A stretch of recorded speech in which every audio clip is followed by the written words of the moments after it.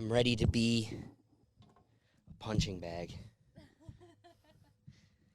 But I'm also ready to learn. That's what I'm most excited for. Also, do not be afraid to just like move this thing. It's very malleable. Oh, it's very light. Oh, wow. It is funny. I used to do sound in high school. Oh, did you? Yeah, I was a sound girl. So was that like for the morning announcements or? No, like I did the musicals. I was stage crew manager. Yeah, stage crew. Okay, yeah. And then so I went to an all-girls Catholic high school, and I was like, to get out of assemblies, I did sound. That's awesome. I actually got hit by the nun once because my sound wasn't good enough. That is harsh. Yeah. Clearly, you could tell I went to an all-girls This school. is not godly. No. Oh, she's mean. Sister Lois. All right. The Lord would be disappointed of your sound quality. Yeah, so what do you think? It's good. You can and then critique. also, Yeah. like, feel free. Yeah. This moves like this, and you could tighten and loosen it. Oh, look at And that. then you could tighten and loosen these. Okay. They go opposite each other, so loosen and tighten. Okay. Easy enough. I just don't want like the sound to be like halfway through and you're like, Oh, try to keep it like a fist away from your mouth. You can't have this thing too close, but you can't have it too far. okay. You have water. You're all set. Yep, I got everything.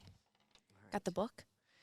I'm so excited to be beaten up by your diary. You're not. All right, I'm going to bring us in, and then I'll introduce you. Okay. I think we'll probably end with the book. Yes, that's That way it could be like an attention. attention grabber. grabber. Oh yeah. Okay. I had to rewrite. I was reading it. I can't even read my own handwriting. Well, probably you came home. It's like 11 o'clock. All right, I got to be consistent and keep up with this thing. Well, I wasn't like, oh, whole other thing. I wasn't consistent. My mom's like, you've been on, like, I've been counting. You've been on 32 dates. I'm like, no, I haven't. And then I was like, 1. I was like, oh, yep, you're right, Mom. So, do you share your book with your mom?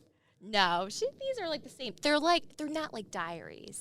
Okay. They're like snippets. Like, okay, like this person, I slipped on water on the date. I flat out passed out like on the water. And then it's like, we went to Lager and Vine. Oh, he's a golfer. Like medical sales, like snippets. So then they're just notes. Yeah, they're just notes. And then I'll be like, Oh, I thought this was like a. Oh, it's not like Dear Diary.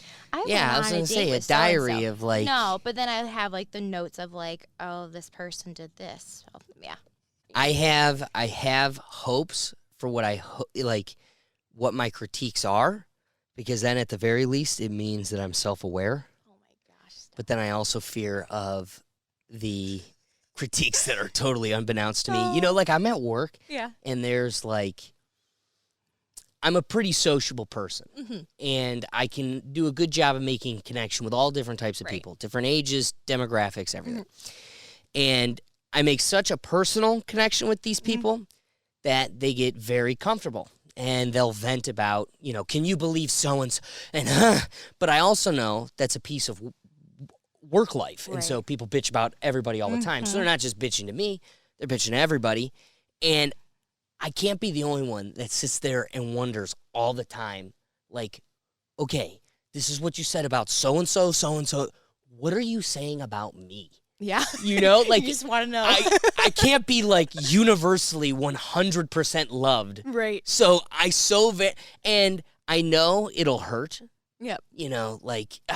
But also it's the only place to begin growth. Right. So like I want to keep becoming a better, like this. I want to put on a good show. I want to entertain you. I want to grab your attention. But I'm not doing this for you. Like, I did all this work from the moment I got home. I put this thing together. I haven't stopped. Because I love it, and I'm doing it for me. But you have to, as like a content creator, find a delicate balance, because you can't just have a market of like 200 people in one local area. If you want to be the next Andrew Schultz or Joe Rogan, you have to appeal to everybody. So what's funny is my critique to someone like Joe Rogan is that he appeals. That's not the real you. I know you're lying. I've listened to you for 15 years. I know that wasn't what you were before. Yeah. But then the reality is he may be putting on a character, but that's because he's building a brand. He's building something that's not supposed to just appeal to what he likes, Right. but to what everybody likes. And that's something I'm trying to learn from and grow with, because I just want to do what I want to do. I want to, I want to make myself laugh. And I also liked the purpose of the project was to be able to say what I wanted and be able to, push buttons. And it was to fight a PC culture. Well, also, you got to respect that that's not things people like. So if you're going to keep using the R word because you and your friends love it, also respect that there are people that truly hurts. Are you willing to shut the door on those people? It's a weird thing. It is. It's a weird thing. Long rant. Anyway, you ready to start this thing? I am ready. All right, let's begin.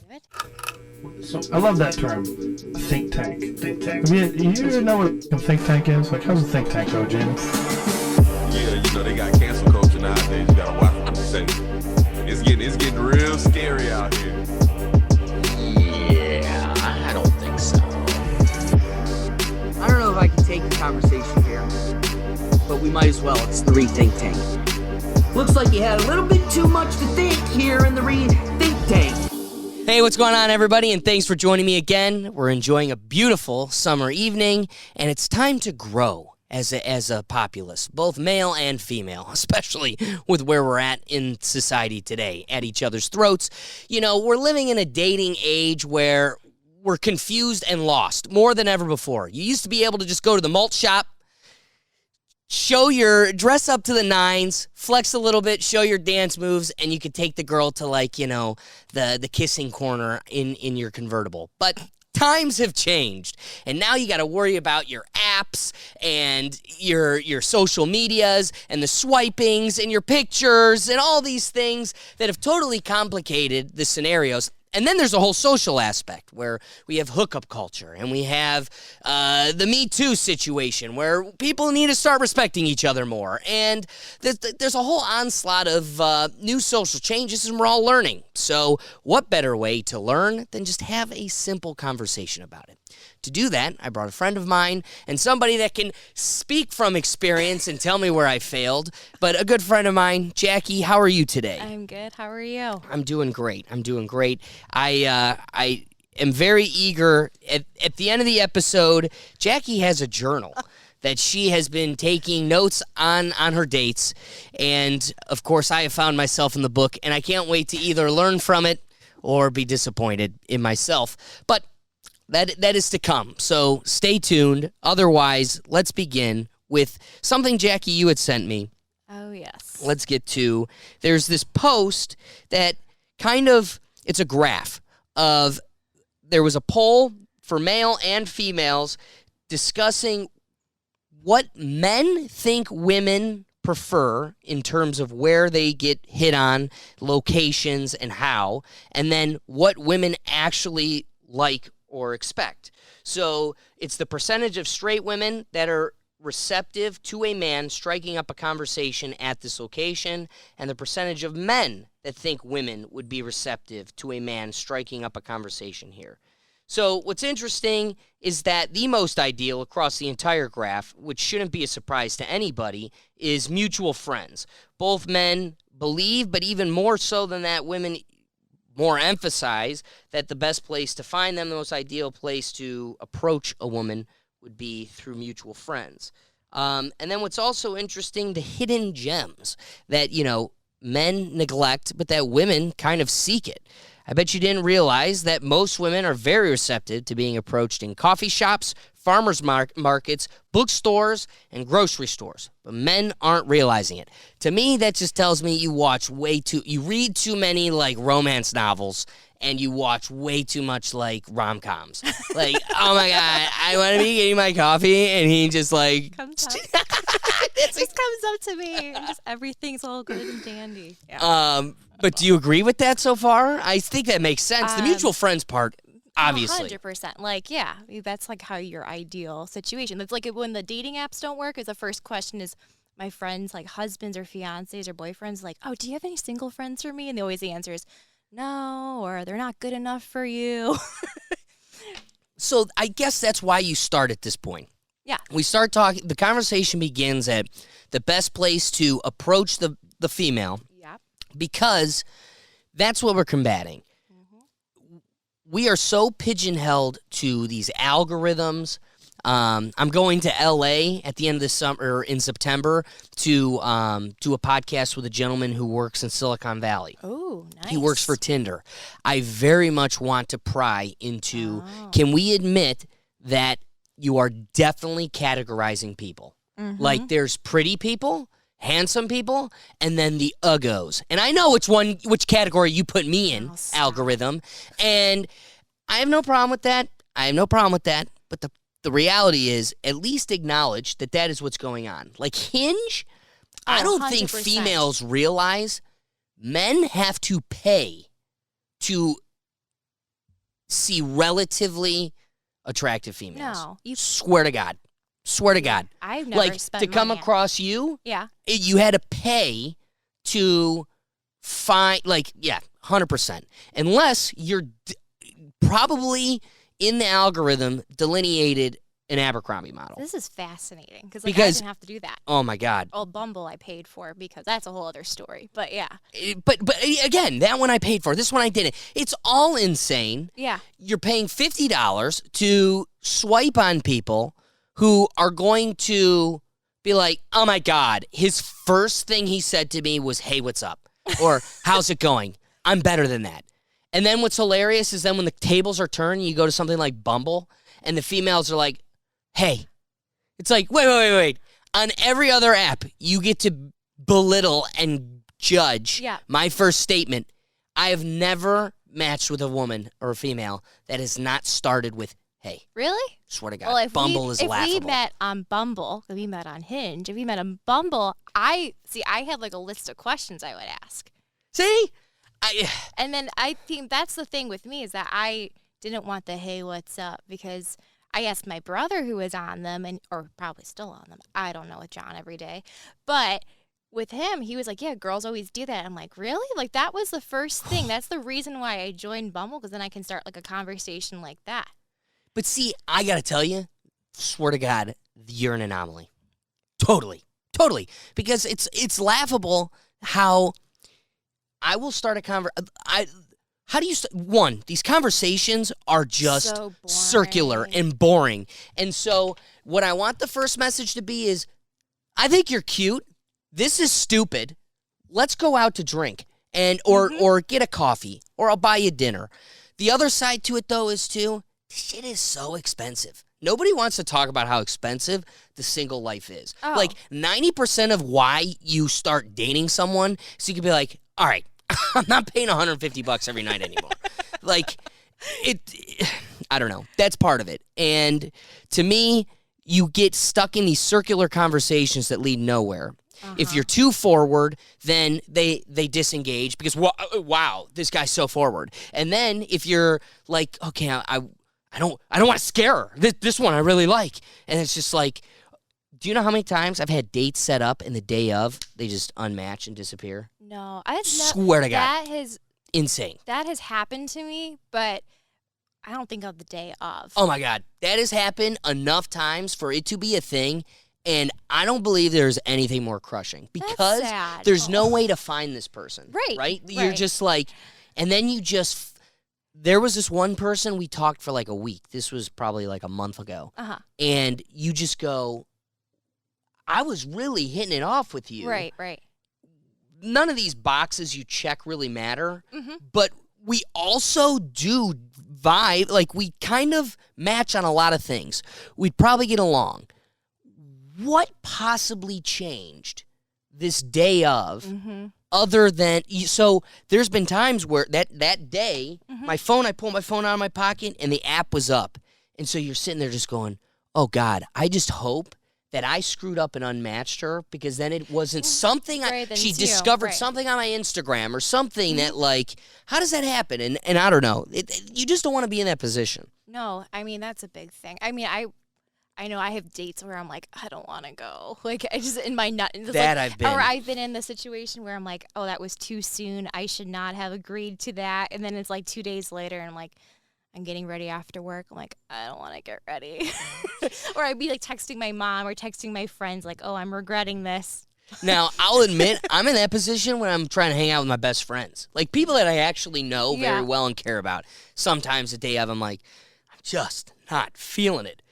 But because then you have to get, like, for me on the dates, like, I always had a routine. Like, yes. I might be, like, I'm too type A probably for most people, but I always had to have, like, I, like, pick on my fingers, like, when I get nervous. Always had to, like, stick on nails, because if I do that, then I won't be doing that on the date. Then I always had, like, a set outfit. Like, in the spring or summer or winter, like, I had a set outfit sometimes. Majority of the time, like, depending on what we were doing. So I did that as well, but it was a whole thing. It was I mean, well, it all is, you know, like it's all a show, and then you're like, ugh. And then some people aren't their true selves when you meet them. You're like, that's what you are in real life. well, and that's the other scary part of it is one, on a social here's layers to this. The person you are dating, like, you know, out on these like one-on-ones for the first month or two, is not the same person you are when you're yourself with your friends, whatever, in a social setting. And then you're not either of those people online, on a social media, you know, on a swiping app. So, like, none of this that we are exposing you to is the real you until you are trapped like 6 months down the line, and then the real, you know, walls come down, and then you get to know the real person. You're like, what did I get stuck with? So I feel like we've damned ourselves, because you have to find yourself in a deep commitment before you can even, I don't know, engage with the real person. And it's so expensive too. Like, the cost alone, like, I know with me, like, when I go on dates, like, I try to, like, pay something at least. Like, I mean, Yes, we've been on several I dates. appreciate that. And that was something, like, I remember we went to, like, the Indians game. Like, don't pay for parking. I just, like, here's my credit card. Like, you're paying. And at the time, it was the Indians game. Yes, we need to emphasize that. It was, like, one of the last Indians games. It was. Remember how empty it was? Oh, my God. And we had it was $1 dog night and, like, $2 beers before the game. It was. And we just stocked up on Miller Lights. Yeah. That was a hell of a night. That was fun. And we went to the Cleveland. That guy, Doug, or whatever his name is, there's some guy that's like, I don't know, is an aspiring, that's the word I was fishing for, an aspiring actor in Cleveland who seats people. And he was hysterical. You dancing. became best friends with him by the end of the night. And he kept checking. He's like, add me on Facebook. And you're like, all right. And then he's like, did you add me on Facebook? I didn't get a referral request yet. And you're like, all right. And then he came back. He's like, dude, add me on Facebook. I'm like, all right, dude. Well, at first he thought Instagram, and then he's like, no, Facebook. I was like, all right. Like, going back to Facebook here. Right. That was fun. I was thinking, like, every date we went on, like, we met somebody. Like, yes, we did. Like, remember the first date we went on was Michelangelo's. Then my two friends, my sorority sisters, come over. And, you know, like, it was funny. I've been on, like, a couple dates with, many, many dates ago, the guy, and he was like, we ran into somebody he knew, and he's like, oh, I'm not introducing you to them. I'm like, come on. Like, I'm a friendly person. Why? And I was like, so when that happened, I was like, come on over, Teresa. Come on over, Jess. Okay. Because you know what, I think a lot of times, like, that type of person, it just speaks to me that you're in this for the superficial aspects of this. Right. If you're trying to find your princess, or in your case, your prince, like, you have to accept you're kissing a lot of frogs. Like, you got to go through, and the beauty of that is you find out more what you don't like than what you do, and that helps you be more prepared for the next person that comes and enhances your expectations. The sad part is, though, I think the vast majority of people get caught up in that. They're not biased because they have preferences, are just sexual things that we prefer. Right. It is what it is. So it's the way you pose it, but I do think people get caught up in the superficial aspect of what people think 100%. versus what they think. Yeah, I have some friends where it's like, they have to be 6'4", blonde, this and this. And me, it's like, I kind of look back, I'm like, yeah, do all the guys I've gone out with, like, look similar? Maybe. But honestly, like, within the past, like, several months, it's been, like, a diverse group of guys I've gone out with. And I'm kind of like, I'm happy I did that, because I'm like, I learned about their culture, I learned about themselves, but I think, I don't know, I kind of figured out, like, because it's like what you like and what you don't like. Right. And it's been very interesting. Well, it's so funny. Recently, this was actually not that recently, probably last January. Mm-hmm. There was this girl that I went to high school with. She's over 6 feet tall, but she's like a model. Mm-hmm. So growing up, I had the biggest crush on this girl. And finally, she comes back from overseas. She was doing some modeling thing, and now I'm home from law school. We start hanging out, and I always had a vendetta against this narrative of your guy can't be shorter than you, because it was like an impossibility. I would never be able to date this girl because I'm shorter than her, and I just need her to get over it because I'm over it. And I think taller girls are beautiful. Oh my God, all of this stuff. Right. And it is funny, it's that carrot that you can't catch that you always chase. And then finally, going on all these dates with this girl and everything, first off, hilariously, my mom and my sister laugh all the time. I couldn't get over the way she ate chips and cheese. It was driving me up a wall. You dip it. Yeah, you dip. Right. She was just shoveling. Scooping is an understatement. It was and you're just overflowing. and just it's not delicately, just, and you're like, hey, there's people around. Yeah.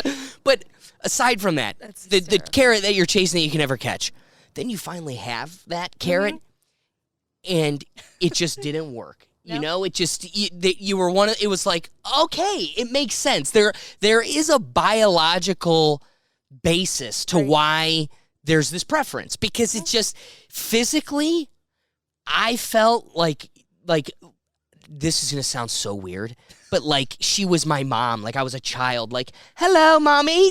I was just too small. And I'm bigger than her. I'm definitely stronger than her in terms, but just her feet hung out longer than mine. And just the little things where her chin was here. And you're just it just doesn't work. Yeah. Versus where you're probably used to that. Right? Yeah, Somebody larger than you. Yes. Whereas I'm used to someone that's smaller than me. Yeah. That it's just this weird thing. And then when you flip it on your head, you're like, oh, wait, I actually don't like this. I thought I always wanted it, and it is not for me. Mm-hmm. Yeah. I agree. I went out with a guy recently, and he was 6'4", and I was and I never go out with tall guys. I'm oh wow. He hugged me to walk me to my car and hugged me, and I was oh. Jesus. I was oh, hello. But did you like that, or did you want someone closer to you? For me, that was weird because I always date shorter guys. I was okay, I think I like to stay at that height. 5'7". But see, then the other killer is where you're going out with a girl and she's 2 inches shorter than you, right? I'm 5'10", so 5'8" is considerably a taller girl, but also pretty median. Mm-hmm. And they all don't just want you to be taller than them. They want you to be taller than them on heels. And you're damn it, I can't win. Oh, that's true. I mean, that is very true. I remember back even in high school and prom, I'm oh no, I'm going to be taller than my prom date. He wasn't that tall, but my heels were a kitten heel. And I was oh my gosh, Mom, I'm going to be taller than him. In the pictures, we were fine. I bet. We were fine. But those are the things we think about, right? That is true. That's an honest opinion. You actually think about that type of stuff. It is funny. And then all of it's superficial. But again, what it really is just keep kissing your frogs. That you're only going to learn your preferences by. Yeah, and it's it's hard. I mean, you hit those slumps, and it's you lonely. It's lonely. You not hate yourself, but you're but you do. But you're just what did I do wrong? Or for me, most of the time, I was always the one that said no.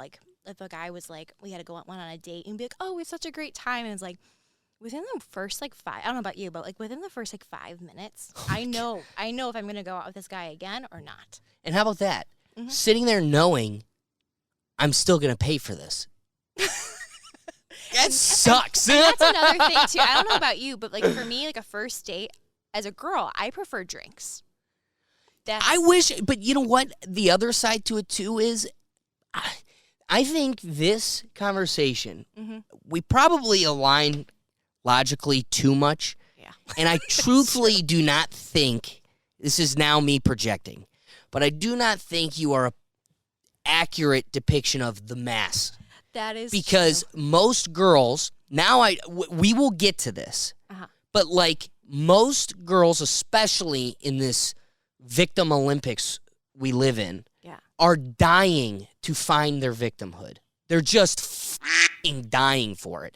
And so every girl, and the media doesn't help. Social media, the television, everything is making everybody hyper afraid that you can't trust a guy. I mean, can you believe that a female in the 60s, where women were just disappearing and being found on the side of the road, would let a stranger pick them up, take them out with no GPS, no cameras, nothing, and expect to be brought home? It's crazy. And that's when the world was more dangerous and less accountable. And here, we're afraid of a guy coming up to us on the side.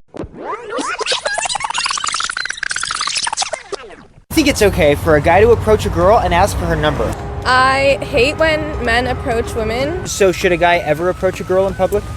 I don't think so, no. It just is scary. Is it too direct for like a stranger to come off the street or in a restaurant to say, oh, I think you're really interesting and get your number there? Is that... Of course, because I had this type of situations. It's weird. That coffee shop, the woman on the survey says, I want the guy to come up to me at the bookstore. But then when the guy on TikTok comes and throws a microphone in his mouth and goes, is it okay for a guy to pick you up in the public? And she's like, no, it's dangerous and I'm scared. I'm scared of boys. And you're like, wait, you can't have your cake and eat it too. Mm-hmm. Yeah, I see. I would not want to be approached in public.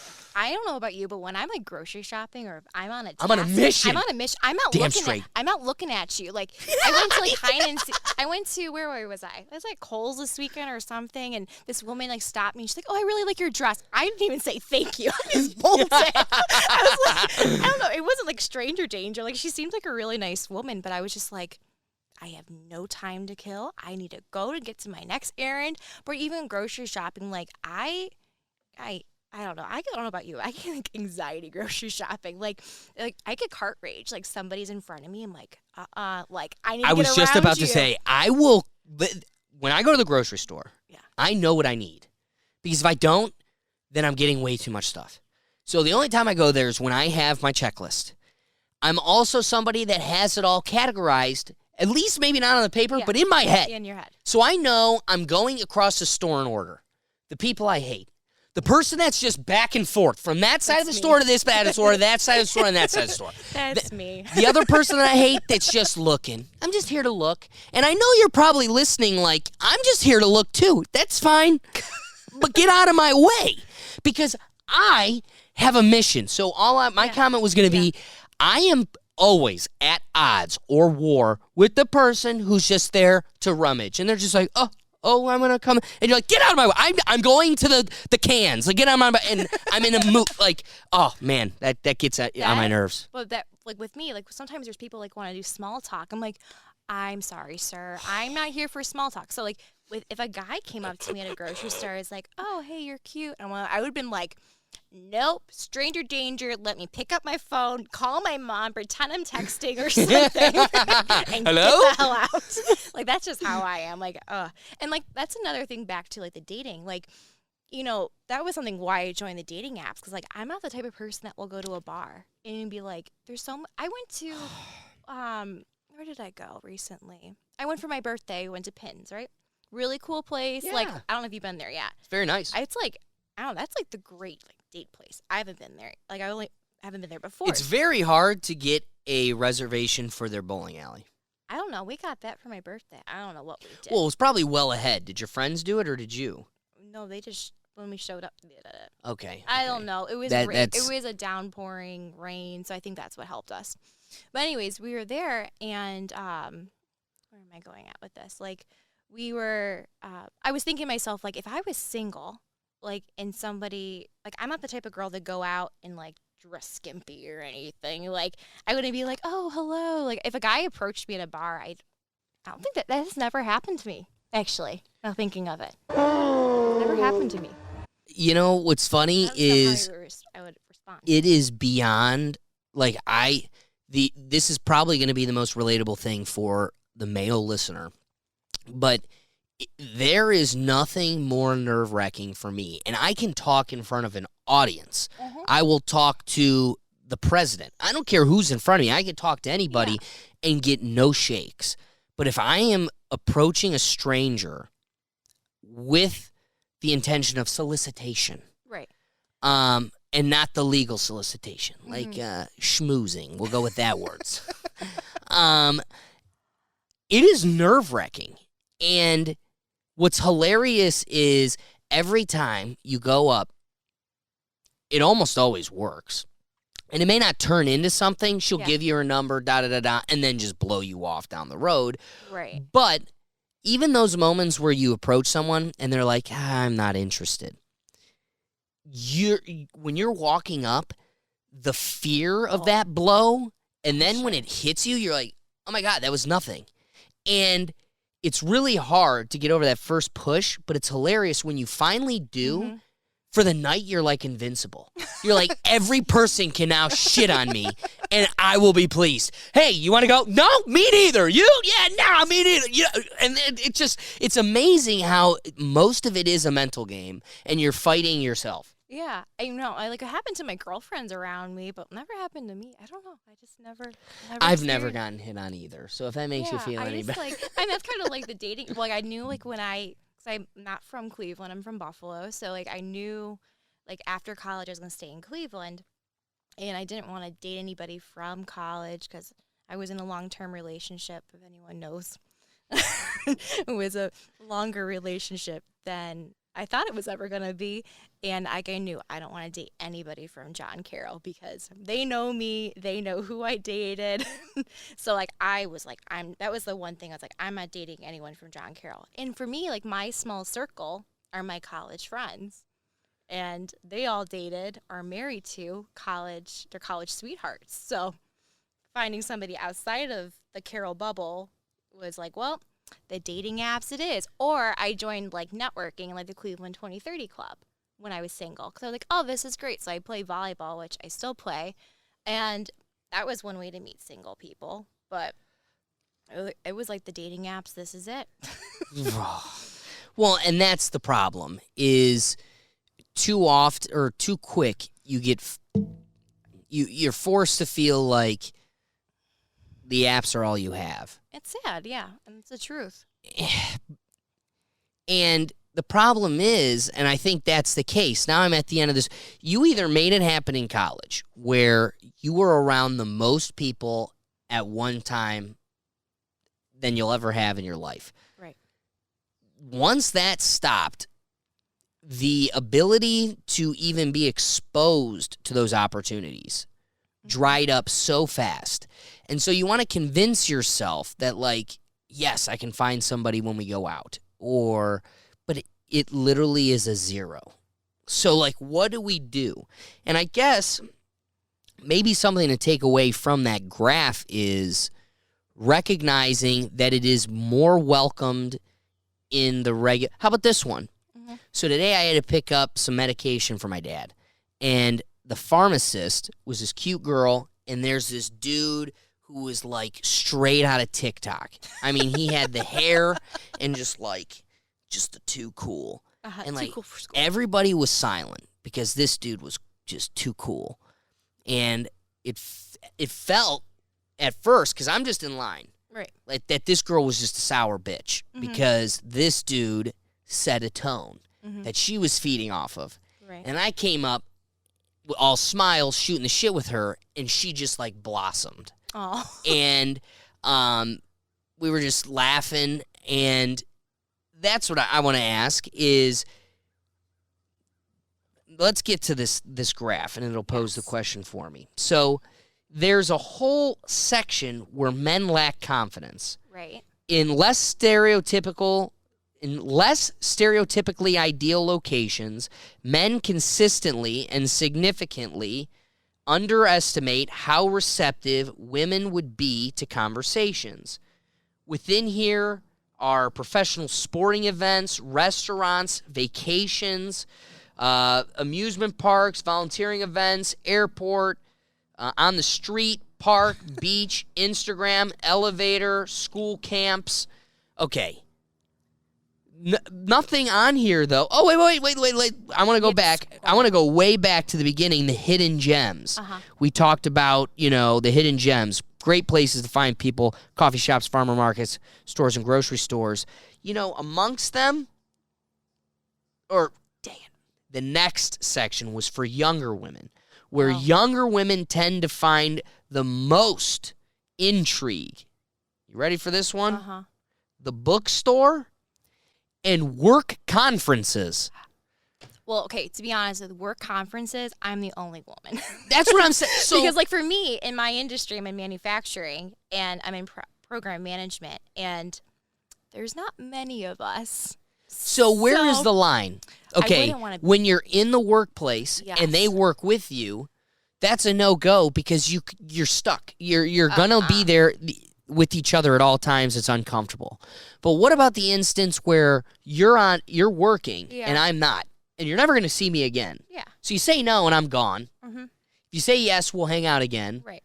But also, you're at work, and there's this back to the women's victimhood. There's also this narrative that comes out that's like, I'm just trying to do my job. I just want to get home, and I don't want to be hit on as I'm just trying to be men don't get hit on as they're trying to be functioning members of society. Why do I get hit on? So, again, women also need to recognize the 50 million things we're getting yelled at in the checklist in our head. So you're kind of like, okay, we shared a moment here. The worst thing that happens is you say no, and we move on. Right. The other side to it, too, though, is you could scream victimhood and try to end my ability to forever feed my family and ruin my career. Right. So that's what's going on in our head. The question then becomes, what's allowed? Like, what should I do? Do I just go, suck it up, buttercup, I'm going to be alone forever? We shared a moment, keep dishing out your pills, I'll catch you next time. Or do you shoot your shot and see where it goes? I would just shoot your shot. Or reach out later. Like, maybe not right in that moment, but later. That's what I would do. Well, how do you do that at, someone at their workplace? Like, if you're at the store. Yeah. How about this one? Okay.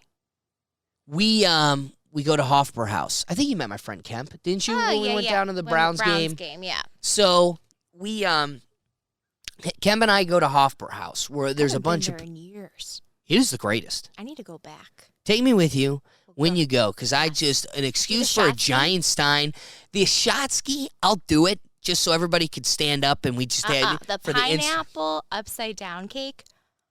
That was like what I used to get in college. You know what blows my mind? How many people drink Jägermeister at Hofbrauhaus? Really? I have not had a sip of Jaeger since college.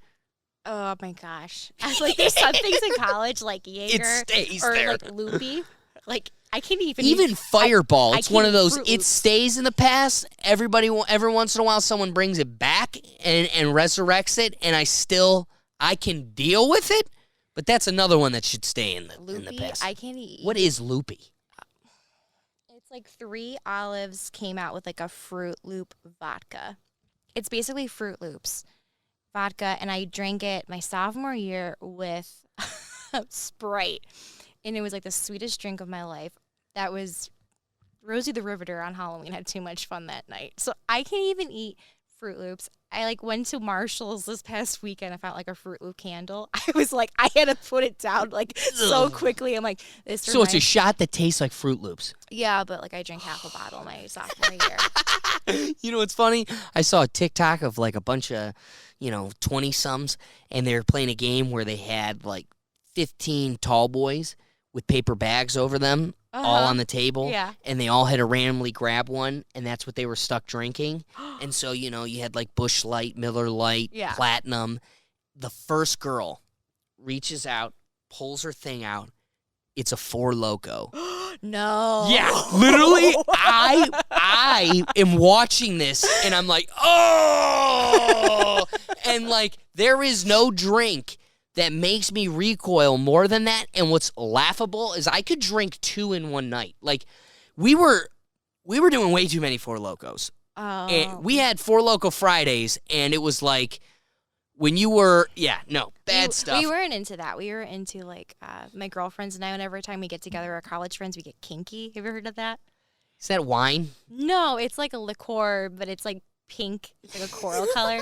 So every time we get together, I always have to buy like the airplane bottles, or we just like we buy a bottle and we just do shots for shots. Like there's some days where it's like, oh, this tastes good. Like this is nothing compared to college, and then other days we're like, ooh. Like a couple weeks ago, we did that when we were out like on a glamping trip. I wouldn't say it's camping. We got a nice house and everything, and I was like, oh, look what I bought, and they're like. My nickname in college was So. They're like, oh, Sos, we hate you. Like, you're the worst friend for doing that. But there's some things I'm like, I'll never drink again. Like Four Loko, I had it once in my life, never again. I can tell you, Or Jamba Juice. I can at least proudly say that I started outgrowing the taste well before the end of college. Yeah. So back to Yes. Hofbräu House. Yeah. Yeah. So Kevin and I go to Hoffer House, and there's this waitress.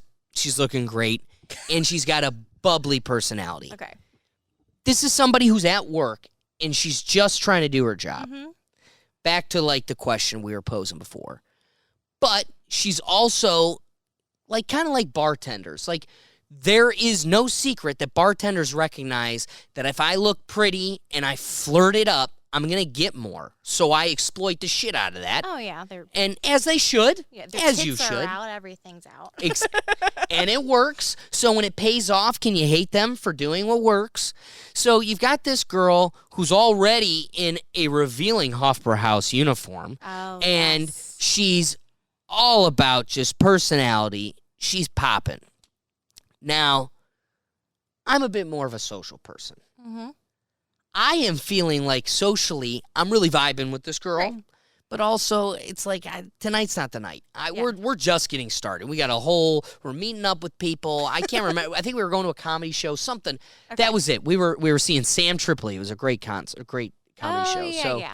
we I saw were that. going to see a comedy show, and so we're taking it easy. Yeah. Like I'm not even gonna. Again, back to the point of getting over the first hump of denial is the hardest. Mm-hmm. So there's enough nights where you're like, tonight's not the night. Right. So she's also really fun, and Kemp starts really liking on her. Oh, no. So I could see where this is going, and I'm just thinking to myself, like, Kemp, this ain't going to go the way you think it is. Because I also feel like if she was fishing for one, I'm being a jerk bias, but I don't think it was for you. So I kind of bit was my just a tongue, friend. and I was but also being a good friend. Yeah. He was like, "Dude, I think she likes me. I really like her." I'm like, listen, man, go for it. Like, if you're we're in a guy group, we're not the Abercrombie bros that are just slinging D. So like, listen, man, it never happens anyway. So let's get a touchdown. Like, if somebody's gonna do it, I'm gonna cheer for it. So shoot the shot, dude. So you can see him throughout the dinner. He's building it up.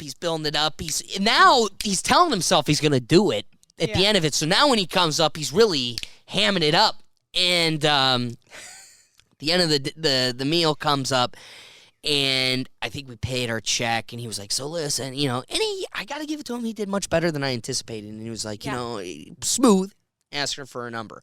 And she gives him, well, I don't like dating customers, and I'm at work, so I kind of want to have that line drawn.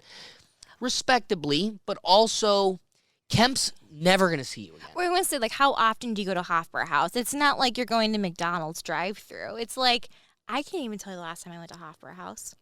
I mean, it was a very long time ago when I did, but like, that's an excuse. Back to the checklist of yells that we're trying to siphon out and figure out. Yeah. Then you've also got this understanding that girls ladies. What do you prefer? Girls, women, ladies? I don't like women because I rather be called like, I don't know. Girls or ladies is fine by me. Right. Yeah. Okay, so don't get ladies, offended by there's girls. this statement or kind of understanding that the ladies prefer that, or they tend to appreciate not consistency, but like showing that you care. And like, I said no the first time, but then like he kept trying and he showed that like, and it wooed me over. And it's like, wait. Is it no and shut the hell up and leave? Or you want me to keep trying? And so it's one of those like, how many times do I got to go, hey, let's go. You free? Well, this one, I got a batch. How about this one? So here's a girl that where we've known each other for quite a while. Okay. She went to college with me. And we were supposed to set up like, just to catch up. Right. But also to lay a groundwork. Yeah, I get to what you're going. Let me buy you a bottle of wine. I'll Venmo you for it. We'll Zoom chat and just shoot the shit. Because then that will give me an excuse to go all the way out to where you're at. Yeah. I mean, that's better than most. Right. Yeah, and show so up at our doorstep. she's all about it. Yeah. Then the day comes, but it also took like the second try. Now it's the second try we're supposed to do this. The day comes and it's like a half hour beforehand and it's been a terrible day at work and I'm really sorry. Can we try for another time? That's fine. Sure. I have no problem with that. So then she tells me, hey, I'm in Ohio. I'm in Columbus this weekend. So we should get together. Right. I'm like, that's perfect. It's 2 hours away though still, so I'm going to make a weekend of it. I convinced Kemp to get a hotel downtown in Columbus. We both get a hotel room. We get all of our fraternity brothers in Columbus. We got like a whole party of people to go to Topgolf. When signing up for Topgolf, you have to, when you are making a reservation for 2 tables or more, like a party, you have to come up with an event name. Really? So I came up with Kemp's Divorce. Oh, I saw that. I saw that on Instagram, and I saw that, and I was about to text you, and we're like, Alex, what is this? I go up to check in. I go, hi, I'm here for Kemp's Divorce, and they're like, wait. We have been talking about this all week. Like, is he really getting divorced? And I'm like, well, he's over there. You got to go ask him. So Kemp, I got to give it to him. This guy was a freaking trooper. These people come up to Kemp and they go, so we heard about the divorce, and they're holding a sign with Kemp's Divorce, and Kemp's putting them all together, and he just plays right into it. He's like, yeah, she got mad at me for playing too much golf, so, like, here's where I died. And then the whole night became like the whole place was, all the staff, everybody's cheering on Kemp and his divorce. But anyway, we put on this huge event. We got everybody. I had other friends from Cleveland that stayed up in Columbus just to have, like, numbers. Again, no pressure. This is just to get friends together and have fun. It's hard to get together. Right. But if I'm going to go down there and make this a thing, make something of it. Right. So that day, she had a presentation that she was giving. That's why she was in Columbus. So that day, I'm like, well, we can't even check in until 4 anyway. Me and Kemp are going to go play golf. And then we'll get down there around 4. Everybody's going to go to Topgolf at 6. You and I could go grab drinks beforehand to catch up, just shoot the shit, and then we'll go to Topgolf with everybody. Yeah. I'm in the middle of golf. It's like 2 o'clock. And here's the thing. She left Friday. When we planned this like 2 months ago, she left Friday. When I told her, it'd be best for me, could you just stay another night and then leave Saturday? That way, Friday night, we could get everybody. She goes, oh, yeah, I'll change my flight.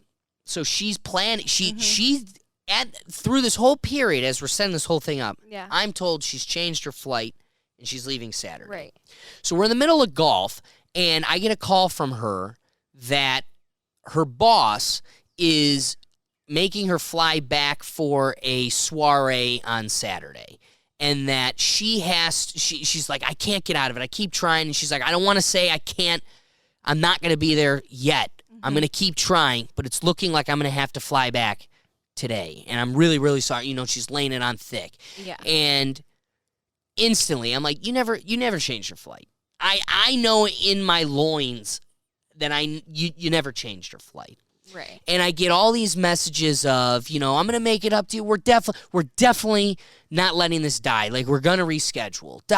And Have you heard, like, did you hear back after that? So the messaging has been mostly just one way. Uh-huh. Every once in a while, she'll message me of like, what is, just like, how you doing, whatever. Mm-hmm. But then there was a comedy show that we had now, we're just laying it thick on the background of Kemp.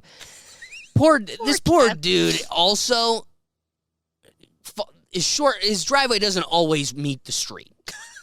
So, when we bought these tickets to a comedy festival, Burt Kreischer's Fully Loaded, it was the greatest time I've had in years. Where was that? It was at the Dayton baseball field. So Oh. the stadium itself was full, and then our seats were on the baseball field. It was That is cool. We were cool. like VIPs. We had its own bar. From going to a comedy show with me, Yes. I cannot sit there for longer than like 2 hours without having to pee. So like having our own is true. bathrooms right there was heaven. So 6 months ago, Yeah. I'm talking to Kemp. I go, Kemp, these tickets are going to be worth like 3 times what they are right now. And I'm hoping you and I can possibly get some dates for that. Mm-hmm. So, like, let's just buy 2 tickets, and worst comes to worst, we'll have friends that'll go with us Right. and pay for that'll buy the tickets off of us. He goes, yeah, that's fine. 2 weeks before this event, Mm-hmm. Kemp's like, so what are you and I doing? Da da da da. I go, well, do you have somebody who's taking your ticket? What do you mean? This dude totally forgot he bought two tickets? $150 tickets. Like, how do you forget you bought 2? So now he's scrambling trying to find a ticket. A little bit before this, though, I gave her like a month in advance. Yeah. You should come up and come to this thing with us. We have an extra ticket. Well, I would. Oh, my God, that sounds like the greatest time. Da-da-da. And she's just laying it on super thick.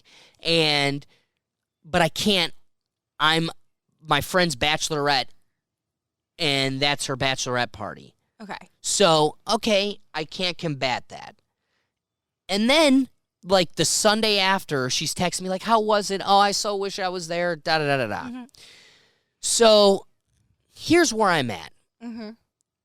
I can't even get you on Zoom, right? And I Yeah. haven't attempted it because on principle, it's like, okay, if you're going to close that door, I expect you to, like, be like, hey, you want to do this again? Like, I've already tried to reschedule, so that died. Right. Then I spent a lot of money building a weekend around you in Columbus. Mm-hmm. And I know for a fact in my soul you didn't move your flight.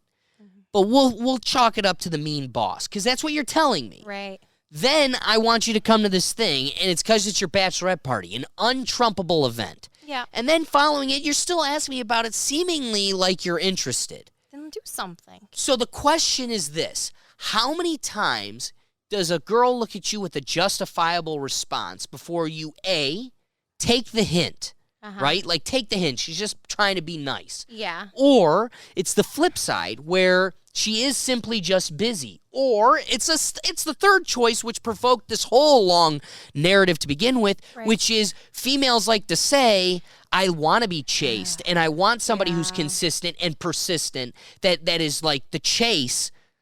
At what point is it no longer the chase? You're just trying to be nice, and I'm only upsetting you. See, that's what bothers me with girls. Because with me, it's like, I don't know, like, you probably saw it when we were talking. Like, if I'm interested, I'm going to ask you how you're doing. Like, I want to know how you're doing. Like, I guess she was doing that with you, but at the same time, it's like, if she wanted to see you, she would come to Cleveland. That's the truth. Or if she wanted, like, she has a car. So here's my question for you. You tell yourself that. Yeah. Like, I want it, so I'm obviously seeking it out. Yeah. If you wanted it, you would too. Yeah, you reciprocate it. Yeah. So that's true. That's in one world. But then in another world where the first time you ask, she's kind of interested, but not really. Yeah. The second time you ask, she's like, oh, this guy, he's growing on me. The third time, that we've heard of those stories where, like, Yeah. he was persistent and then I fell in love and da-da-da-da-da. So where's the balance on that? Where, like, Right. the first 3 not interested kind ofs led to you then becoming interested. Or, like, I don't know. It's like hard to, like, I personally would cut it off. You have to. You have to, because it's like it's beating a with dead her, horse. that With her, situation, But certainly. like with girls, I don't, like, being chased and everything. I get that. Like, I mean, with the guy I'm dating now, like, it's a lot different, like, how he approached with things that other guys have. But I get that. Like, I don't know, the whole chasing thing is just... It's weird. I think I'm an anomaly.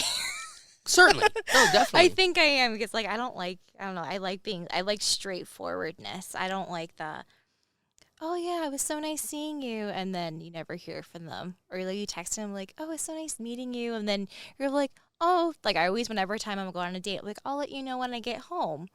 And I'll be like, here you go, I'm home. And then it's like silent for like a day. And then you're like, hey, how are you doing? And then you get the text message like, they just Googled how to say no to a girl.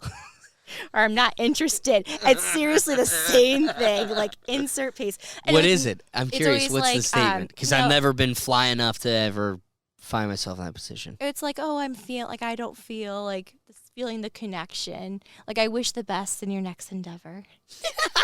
Like they're Shakespearean. Well, it's funny because, like, if I had to do that, I was like, Mom, what should I say? And I would send my mom, like, draft messages, and she's like, no, that's too forward. Or, like, how about this? And then I would say something, like, really sarcastic, and she's like, don't say that. I don't know about you, but, like, with me, like, I would talk to my mom about this. I'm like, okay, because, like, I know, like, our parents. I admit it. I talked to my mom and my sister about this girl scooping cheese. Yeah, it's true. I mean, I don't know. After every single day, even with you, I would, like, the first day, I always be like, I call my mom when I'm going in. And then I call my mom, like, oh, the date's over. And she's like, oh, that was short. My mom. But also, you're in a different state. I could see part of it being just like a safety thing. Oh, right? not Like, for me. I'm- No. Well, yeah, there was, like, one date in particular where it was a safety thing. Really? Can I hear about that? Yeah. But for everything else, it was, like, not. Like, for me, it was just, like, Mom's like, okay. She was kind of like my vent, like, okay, how was it? Would you go out with them again? And kind of right there, I was like, I would go out with them, or I would not go out with them again. Interesting. The bad one was, like, this winter. So I don't know if you had this, but when I was dating, I was always on Bumble, Hinge. Yeah. And then there's like a Sunday morning, you wake up, you're like, I'm not getting anything on Bumble, I'm not getting anything on Hinge. Because to be honest with you, on Hinge, I never reached out. The guy, Right. The But guy, that makes sense. yeah. It's how the app's kind of set up. Yeah, the guy I'm dating now, I actually reached out to him. Okay. That was the anomaly. That's a whole other story. But I downloaded Tinder. I was like, oh, like, whatever. We'll see what happens. I put my whole profile together. I'm like, this is like literally just copy paste from the other dating apps. Like, probably guys I've dated or guys I've gone out with are probably like, all right, Jackie, just copy and pasted. Like, whatever. So everybody does. You know, so I matched with this guy, and he was really good looking guy. He was older. I usually have my age range, like I'm 28 now, but when I was 27, I had 27 to 32. Okay. Then as the matches went, I would go up and up. And then when I went out with guys 34, 35, I realized they're just bachelor lifestyle. Really? Oh, it was very interesting. So In what way? like in the way that like the 34, 35-year-olds, the ones I went out with at least, are like, they don't like their family. This is just the common theme. No, I bet. They don't like their family. They're not settled down. They have a job, but they don't know if they really like their job. They always have a dog. Because there's a lot of companionship. Companionship, but you also know on the Hinge profiles, there's always a dog involved in a guy's picture. Well, did you know that there's like a lot of statistics that show that it helps? It has. I And again, that's understand the that. shit we're thinking about. I can't just come up and schmooze to you at the malt shop. Now I got to trick you with my freaking wiener dog. But Roxy is cute. I will say she was just sitting up watching us for like the first half hour. She's adorable. But that does tug a heartstring. At least for me, I'm a dog person. Cats, that was a thing. I would swipe left or I would say no if a guy has a cat. Oh, we talked about this. First off, I think you have toxoplasmosis. We've talked about that 100 times. I've talked about it on the podcast. But also, I think there's a character type. Right? I 100% agree. I mean, you can do a whole podcast on that. That weak betas like cats, males and females. Yes. So I'm going to leave it at that. So anyways, this guy, I met him on Tinder, and he's like, hey, do you want to go out for drinks tomorrow night or 2 days from now? I'm like, yeah, this is quick. Why as well? Like, okay, you're good looking. We seem like we have stuff in common. He works in similar industry. Was he? 34. Oh, and you were 27? Yeah. Okay. Yeah. And I was like, okay, like we have similar industry and work. I'm like, okay, we can talk about this. 7 years? Yeah. Well, like I work in manufacturing. That's not old. That's not older. But it is weird. Like at 34 to 27, you don't think of that being an age gap. Oh, it's huge. But 28 to 21, you'd be like, you're a freaking creep. Oh, at least I feel like a creep. Yeah, I've talked about that with my guy friends before, where it's like going back, it's different. But yeah, for me, I always went older. And it was always interesting when I would go out with them. But with this guy in particular, I get out of my car. He, like, hugs me. We meet at a canteen in Broadview Heights. We hug. And then we're sitting down. Have you been there? Yeah. Oh, yeah. In Broadview Heights, I love it. So we sit down. He's sitting next to me. We're at a booth. Like, can you sit across from me? No, sitting next to me. Literally caresses my leg. And I'm like, please don't touch me. I don't like being touched. And then like grabs my butt, and I was like, I'm done, and like the conversations we have were like really. Did he seem maybe drunk or anything, or was this just him? I don't know. I think there was something off like, and then then we get to my car, he's like trying to kiss me, and like he ended up kissing me because I was just like, I'm just getting in my car. I got sick to my stomach. Like I ended up throwing up, like all horrible. And it was just my gut was telling me like something is wrong. Like I felt so unsafe. And I saw his car right behind me. So I'm calling my mom and was like, okay, like, yeah, I'm not feeling well. Like, and I was like just driving around. And he calls me. He's like, oh, can I come to your place? I'm like, no, like, mm-mm. And he was following you while you were driving around?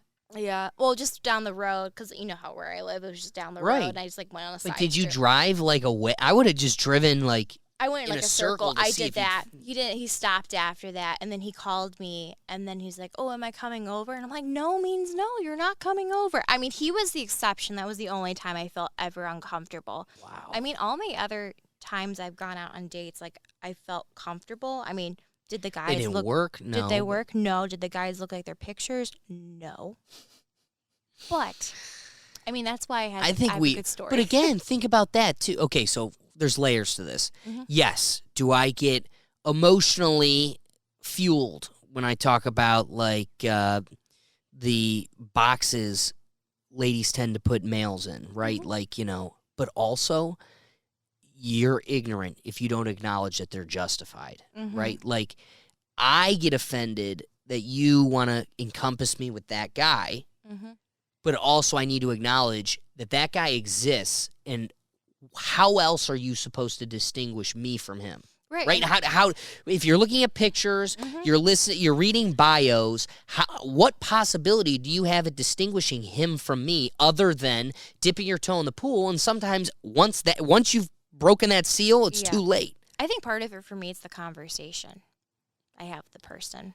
Through the text? Yeah, or through the app. Like, once I connect with somebody, like, I'd rather be with talking to somebody that sends, like, long paragraphs or, like, we have stuff in common.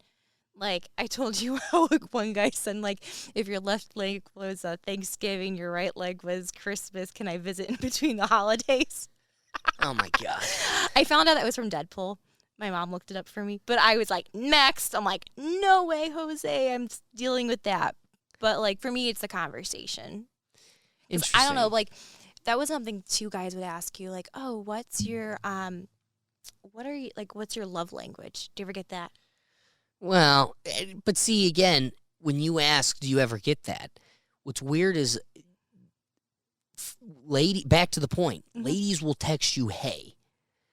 I have to come up with something intellectually stimulating. Like if you had an entire day free to yourself, how would you spend it? So you're an anomaly too, because I felt like guys, like I was the one driving the conversation, and it was like, it was like, it's always like, oh, how was your weekend? Like, and this is like a Wednesday.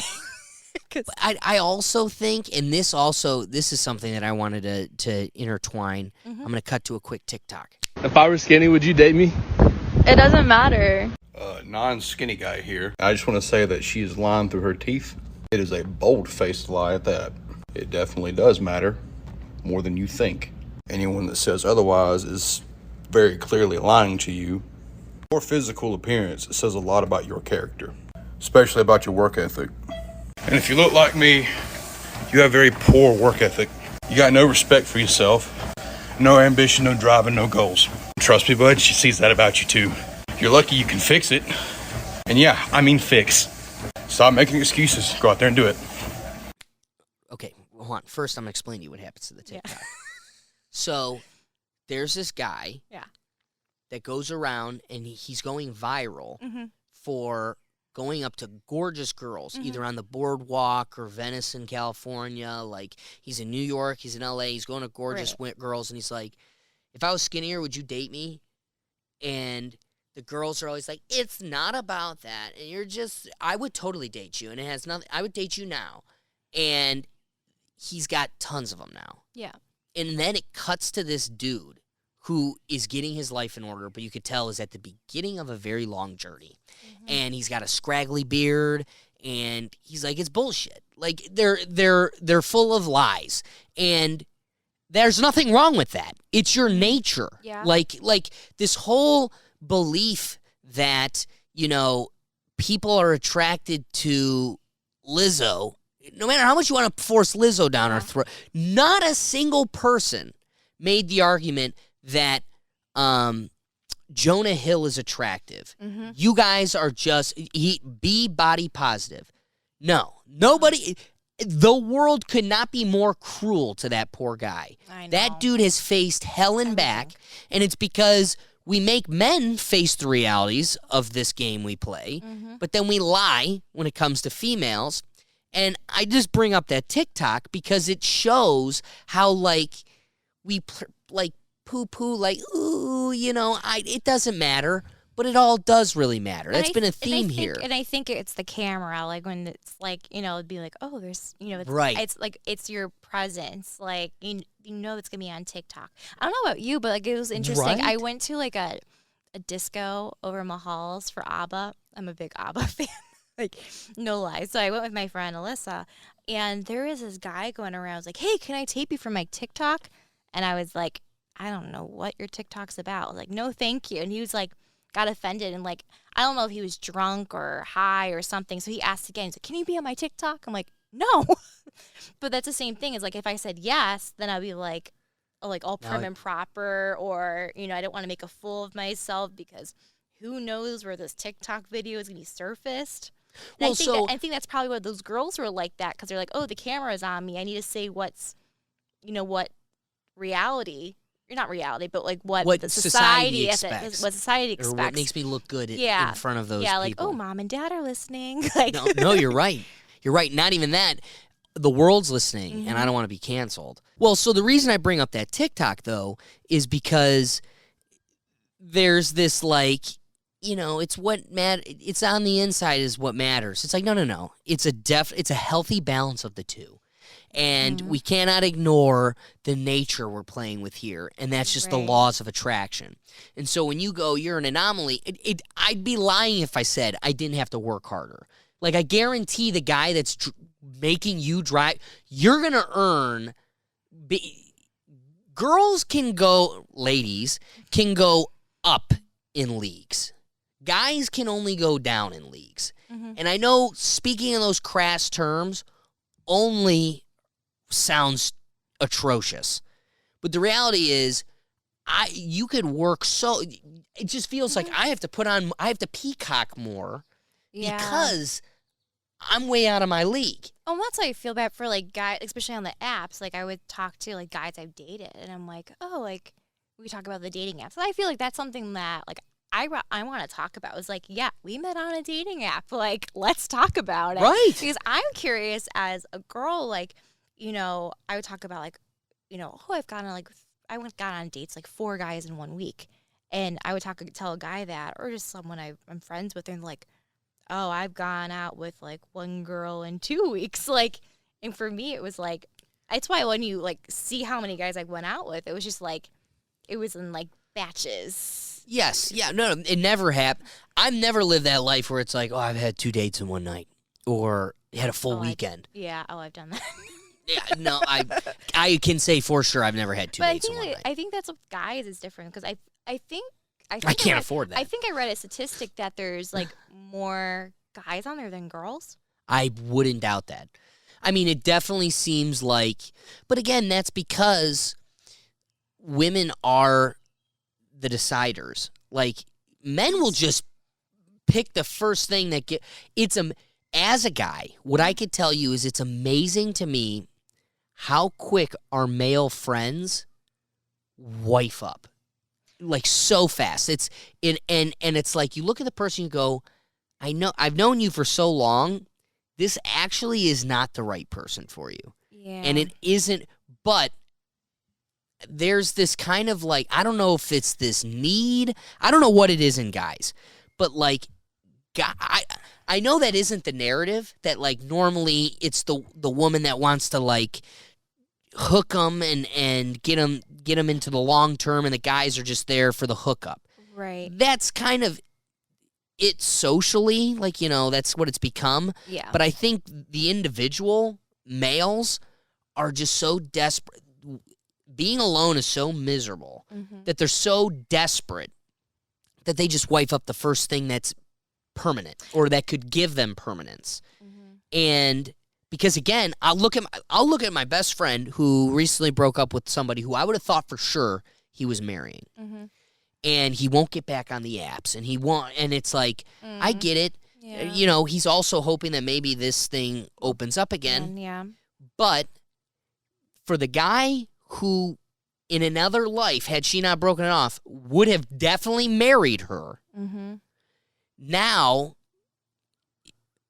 it's just so bizarre that, like, it wasn't meant to be. She clearly saw that. She turned it off.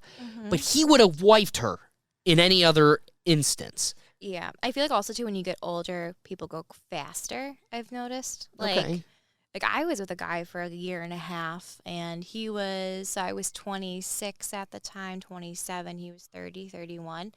And our relationship, also because of the pandemic, like our relationship, I lived with him. Like, I lived with him for almost a year. Wow. Yeah, you didn't know that. Yeah. And that was because of the pandemic? Or? I think it was just like my rent was going up, like not going up, like my rent was ending, and then it was like, okay, I really like this guy. I love this guy. You know, I went to Italy, came back. I was in Italy when the pandemic hit. I came back, and it was just like all these emotions, and it was like, I personally want to live with somebody before I marry them. Oh, you have to. You have to. You know what you got to do? Is go on a vacation with someone. That's the truth. That's how quick you learn. I mean, you know, I've never been on a vacation with a significant other besides like going to see my family or going to see their family. But that I've never done that. Yeah, a little bit more. But yeah, besides that, I have never. But I think that would be a telling. But going back to that, it was when we broke up. I mean, still to this day, I mean, at the end of the day, it was not a match, and I know that. But if you talked to me back in February of last year, I was like heartbroken. But we moved so quickly because it was like all of his friends are married, all of his friends are having kids, or starting to have kids. He's the only guy that's not married, not engaged, and he's like, I got this girl. This girl loves my family. Vice versa. We're with each other every single weekend because of the pandemic. And I was like, I really thought that like that upcoming summer, like in 2021, I was going to be engaged. I really thought so. Really? Because we just moved super quick. So if you don't mind me asking, what was the catalyst that kind of caused the part, It was just like the, like I have friends of the opposite sex, like, that, but like he had a friend that was very, loosey-goosey, and so he wanted to go on vacation with her. To Miami, and he went there before we started dating, like that summer we met, and he wanted to go on vacation. And with me, that's a tough, like, cheating is a no-go. Like, that's just from my past. Like, my father did that. Like, it's just like, like, even the thought of it, I'm like, just tell me right now. Right. So, that that was like the camel. Like, that was just like the thing that hit me. And then, I don't know, I think it was just that and together all the time. And then also the expectation of me coming home after work and making him dinner. I'm not joking. That was the expectation. What? Yeah, like he wanted like a home-cooked dinner, but he got home at 3:30, 4 o'clock. So he was home before you? Uh-huh. Okay, if I was home at 3:30, I'd be making dinner just because unless I don't know. Is that a bad expectation? If let's just say in another world, I come home at 3:30, in a world where I'm still stuck living the lawyer life and doing my podcast on the side. If I want to, like my dad, we have a shopping center. So like when he would come home from work, the rest of his time was paying the bills, running the contracts, and like running a business outside of his work. Right. Now, I will never say for a moment my dad missed a second of my life. We sat at dinner every dinner we sat as a family. So he was at every sporting event. My dad was nothing but involved. But I can say for fact every other moment was spent working. I respect that because he was able to build a very great life for us. Right. So I see the benefit in that. My mom, I was a part of an old lifestyle. So I had the benefit of having a full-time mother. That was her job. Yeah. Her job was to care for us, and we flourished on nothing but her care and love. So there's this element of the old world, but this new world where, like, now my sister will probably be the breadwinner in her household. She's probably going to be the richest person to come out of this household until I become the next Joe Rogan. Once I'm worth billions, then she can kick stones. Until then, she will certainly be the highest grossing member with the Kurgat last name. So at the point at which she gives up that last name and she marries someone else, they have to sort out this new world where he's probably working, she's working. Does she stop working to care to the kids? Does he stop working? Because my neighbor's right next door, the wife makes BOCO bucks. Yeah. The husband is a deadhead that wears camo or tie-dye every day, smokes blunts on the back porch, and he just lives the stay-home dad life. Yeah. He's also the nicest human you'll ever meet in your entire life. But it's just funny, like, they still had an element of like what we had, but just mirrored in an opposite fashion.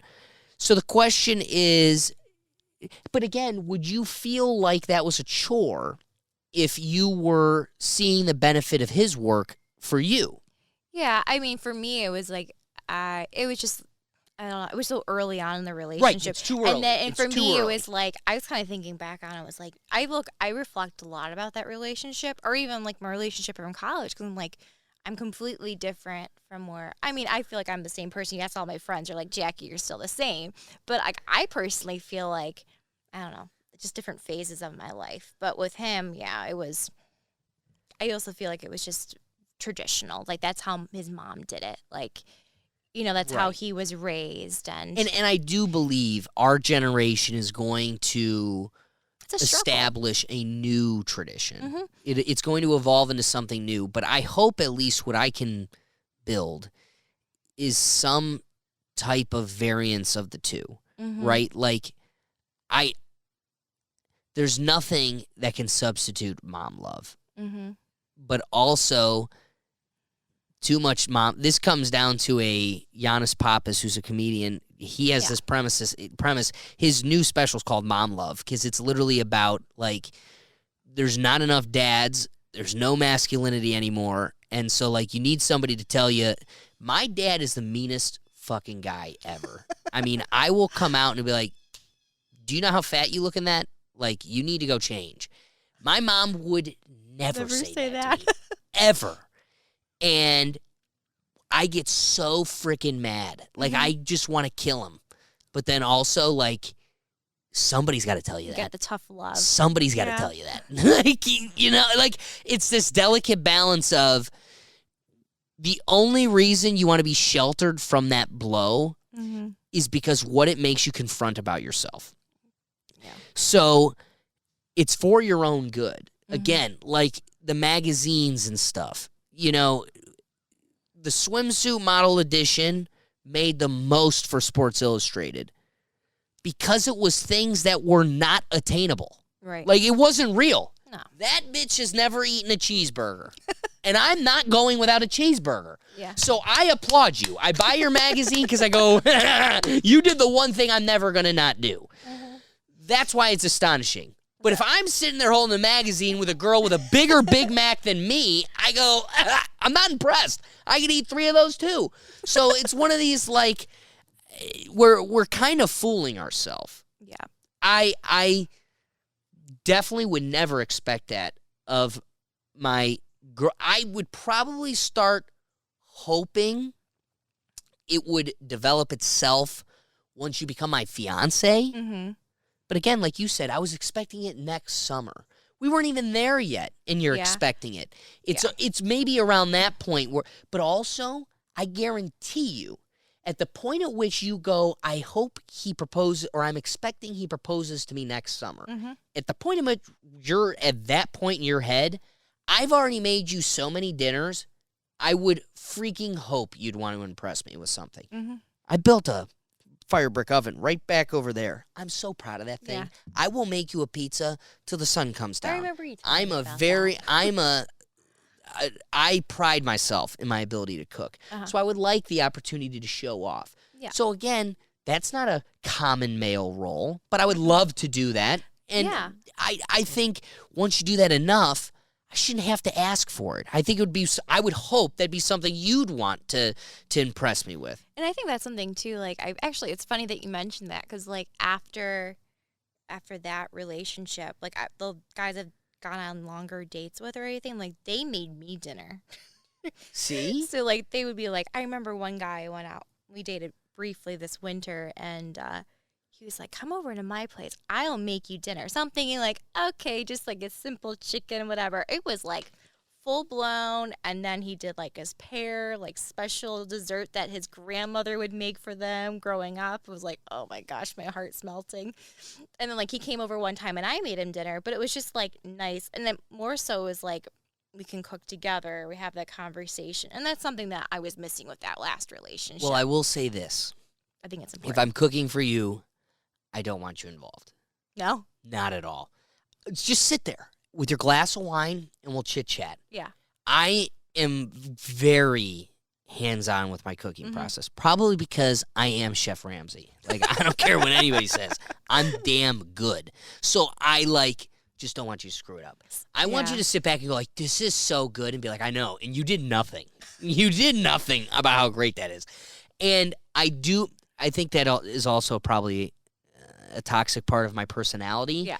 But cooking, there's just, like, what are you going to do? Chop onions? That does nothing for me. I might as well have just chopped the onions with the garlic. Like, what stinks about cooking is if I were to incorporate you, it would only extend the process. Yeah. Like, now, but again, if that's the thing, my mom and I forgot, it was like last minute. It's like 2 weeks or a week out from my mom's birthday, like last year or 2 years ago. I didn't have a birthday present for her. And I'm like, what am I going to get her? What am I going to get her? So cheap, lazy, not cheap. It was not cheap, but like just like cheap as in like lazy and just quick. I'm like, you know what I'm going to do? I'm going to buy her this wine experience where we paint and drink wine, and it'll be those are fun. And they're great. It's an easy cop out. You go like, this is what I got you.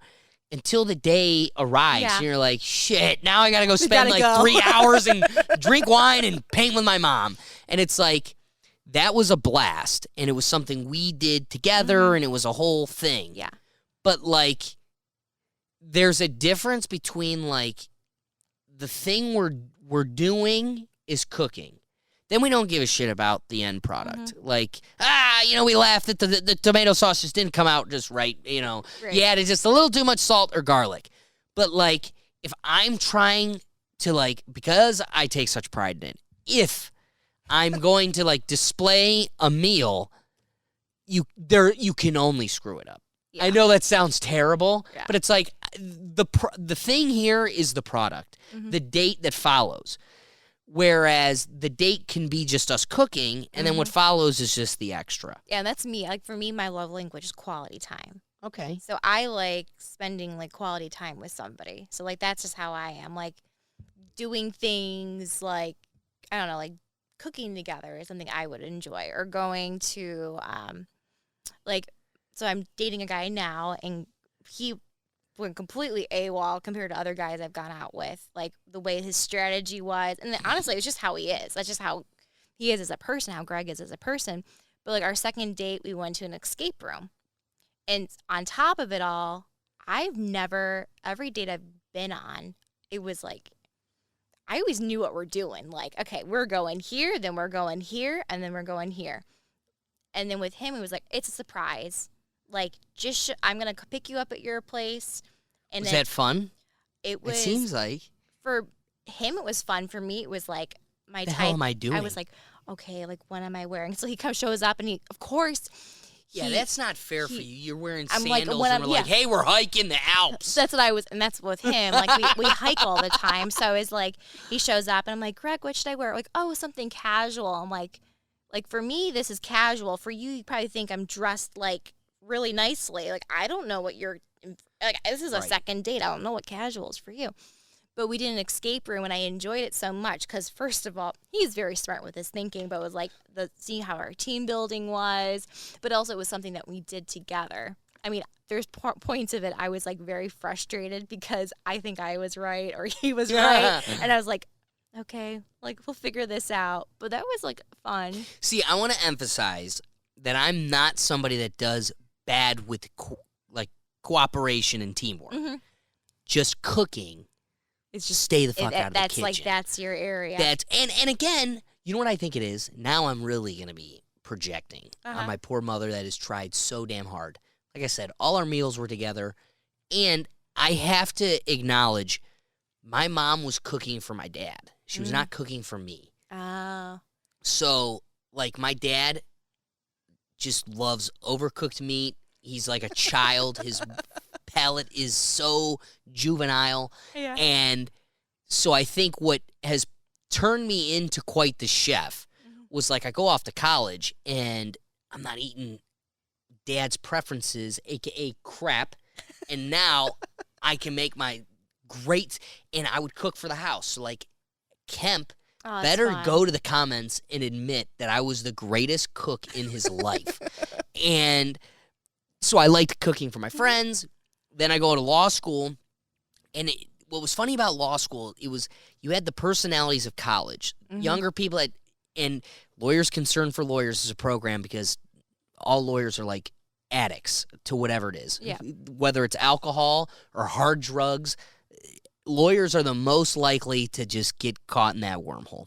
Yep. So they like to party, but sophisticated parties. So I would put on the party for the people and build, and so to me it became like this presentation of, like, putting on a soiree.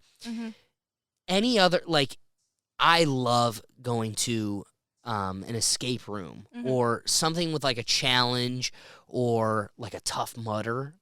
That would be like 9 months into dating you, hard dating you, to where I'd be comfortable to do something like that and look weak. But, like, those types of things I live for. Go for whitewater rafting where, like, it's a physical teamwork thing, or even just building a puzzle. Like, let's just get a bottle of wine and build a puzzle. That stuff all sounds great to me. I just wanted to emphasize that cooking is a sanctity that, like, people cannot invade just for me. Oh, yeah. I need to work on my cooking skills. I need to learn, like, I need a knife lesson. I need that. I'm like, I will always cut myself or something. That's what I need. I can cook if I really put my mind to it. Like, growing up, my parents are divorced, so, like, my grandmother made all our meals. Okay. So grandma came over Monday through Thursday, pizza Friday, Subway Sunday. Saturday was kind of like, my mom's like, I don't know what we're having. Let me make dinner, or we like go somewhere or pick up something.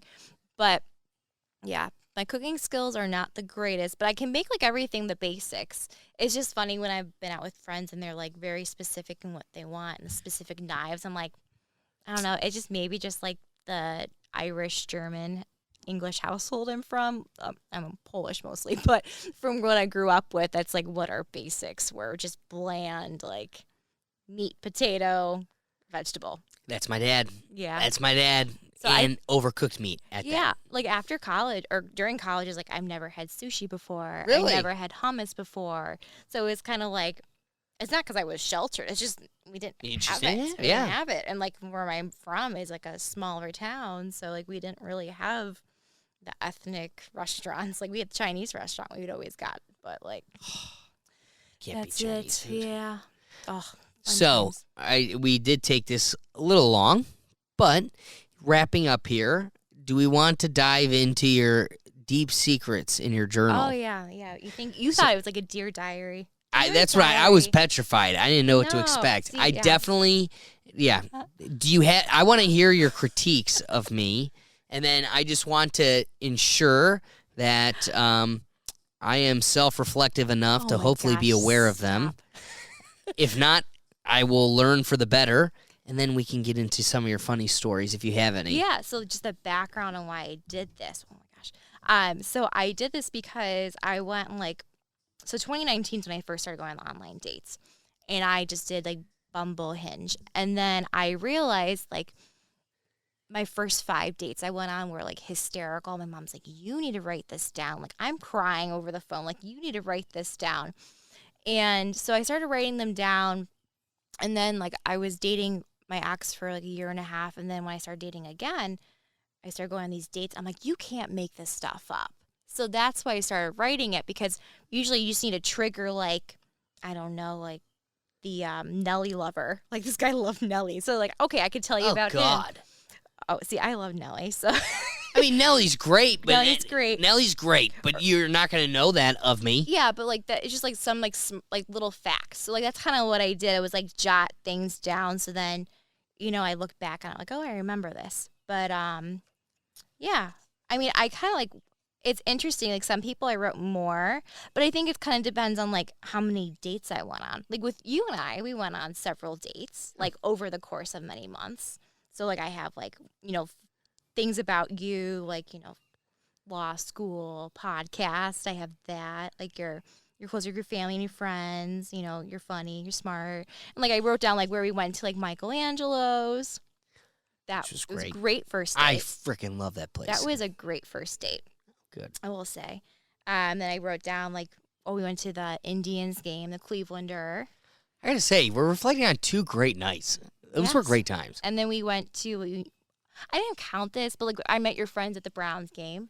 I counted that. You counted that? Like right after I went to the Bills backers bar. I looked like that was a long day. Oh my gosh. And I looked like an idiot downtown. I thought about that. I was like, I'm wearing a Bills shirt. We're swarming. Hell no, I want to make something extremely clear. Like I said, I have that trip to LA. Yeah. And I was thinking about it as I'm setting up today, and I'm like, wait a second. That's the first week in September. That should be like week 2 or 3 of the NFL season. If you see me at a baseball game anywhere in the country, I will have an Indians jersey on. If you see me in a football game anywhere in the country, I'm wearing a Browns jersey. I remember I grew up with season tickets, and I was like 13. This was like one of the first times I was sitting by myself with my friend. My dad and my uncle had. It was actually, we upgraded seats just recently, and so we had 2 like second row and 2 way at the back, and we're on like the bottom bowl.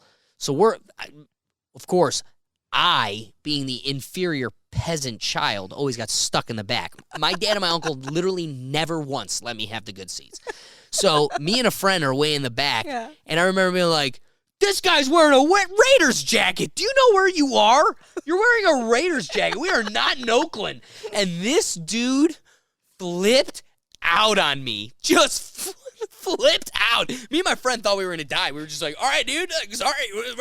And now, being older, I had to have been like 12 or 13. Yeah. Now it's like, I'm with him. You will never find me at any sporting event. And like, again, I want to go to an LA game. Yeah. It'll be the Rams versus the Cardinals. And I will be the one person in a Browns jersey. Watch me.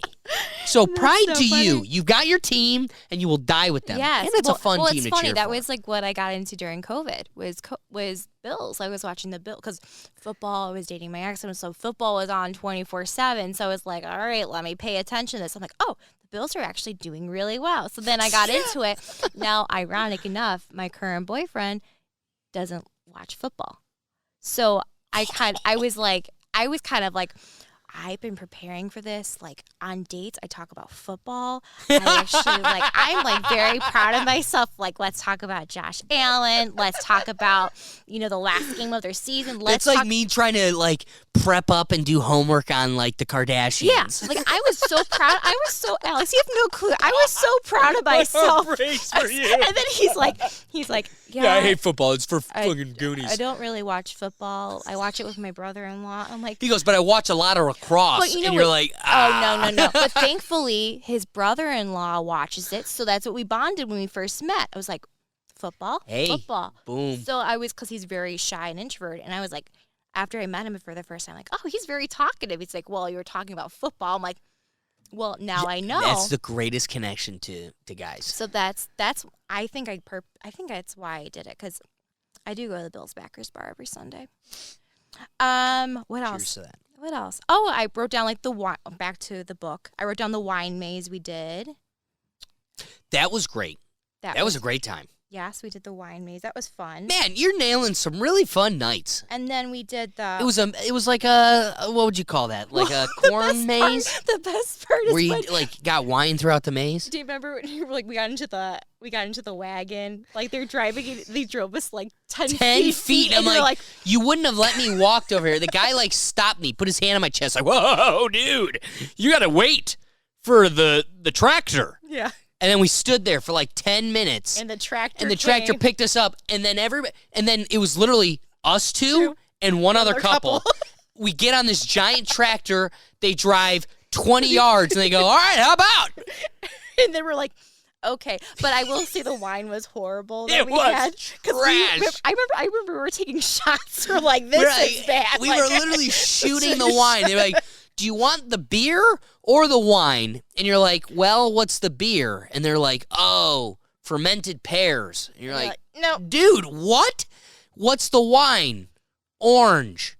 You're like, I'm not winning this at all. No, we had the chocolate one. Remember we found the chocolate one made me. Those moms we found, they were like lost trying to get out. That was the best part. It was like a child's maze in broad daylight. One path and like a loop-de-loop at the end. And they're like, oh my God, can you find your way out? It's like, follow the one path. And of course, we get to the last stop where it's the end of the maze, and then the women find us. Because we're talking about, like, I swear those women are going to find us. And they sat right next to us.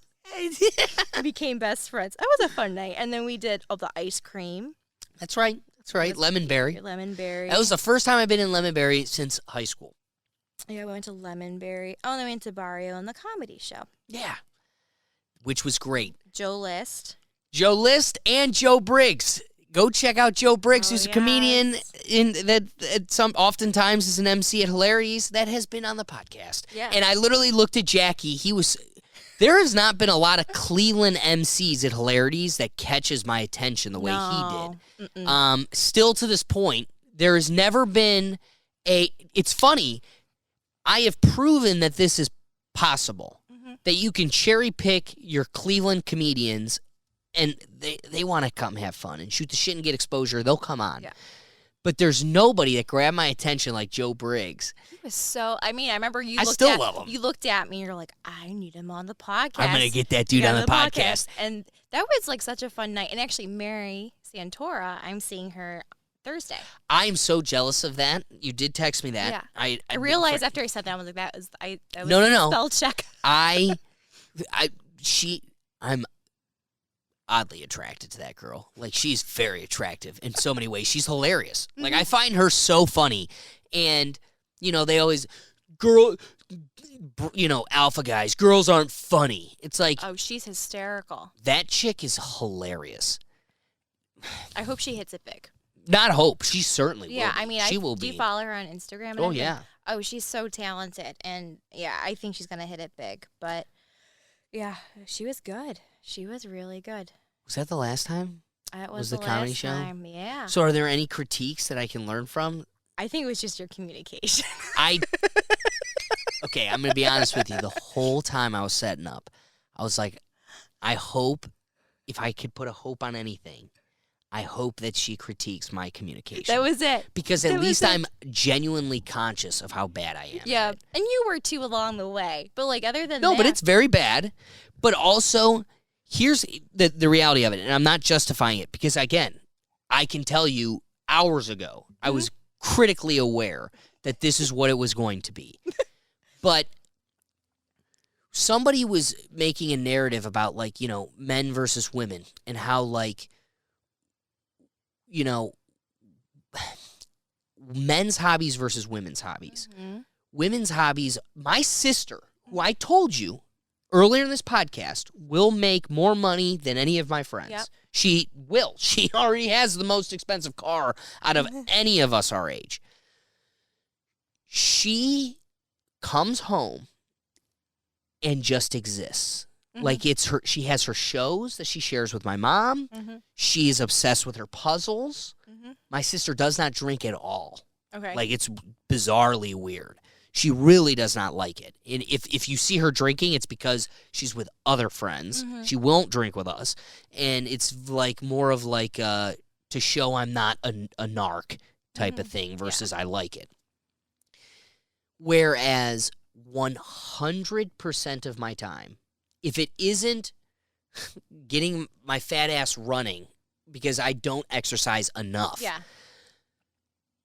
The reality is you've sold 8 of your hours to the government, and then every waking moment is sending emails to just get somebody, like, just trying to expose yourself to as many my hobby is a job. It's a project. And I'm always reading about new social medias because I hate YouTube. I hate that I had to spend 2 years bleeping out the word COVID because it would tank my video. Right. That I have to tiptoe around these algorithms.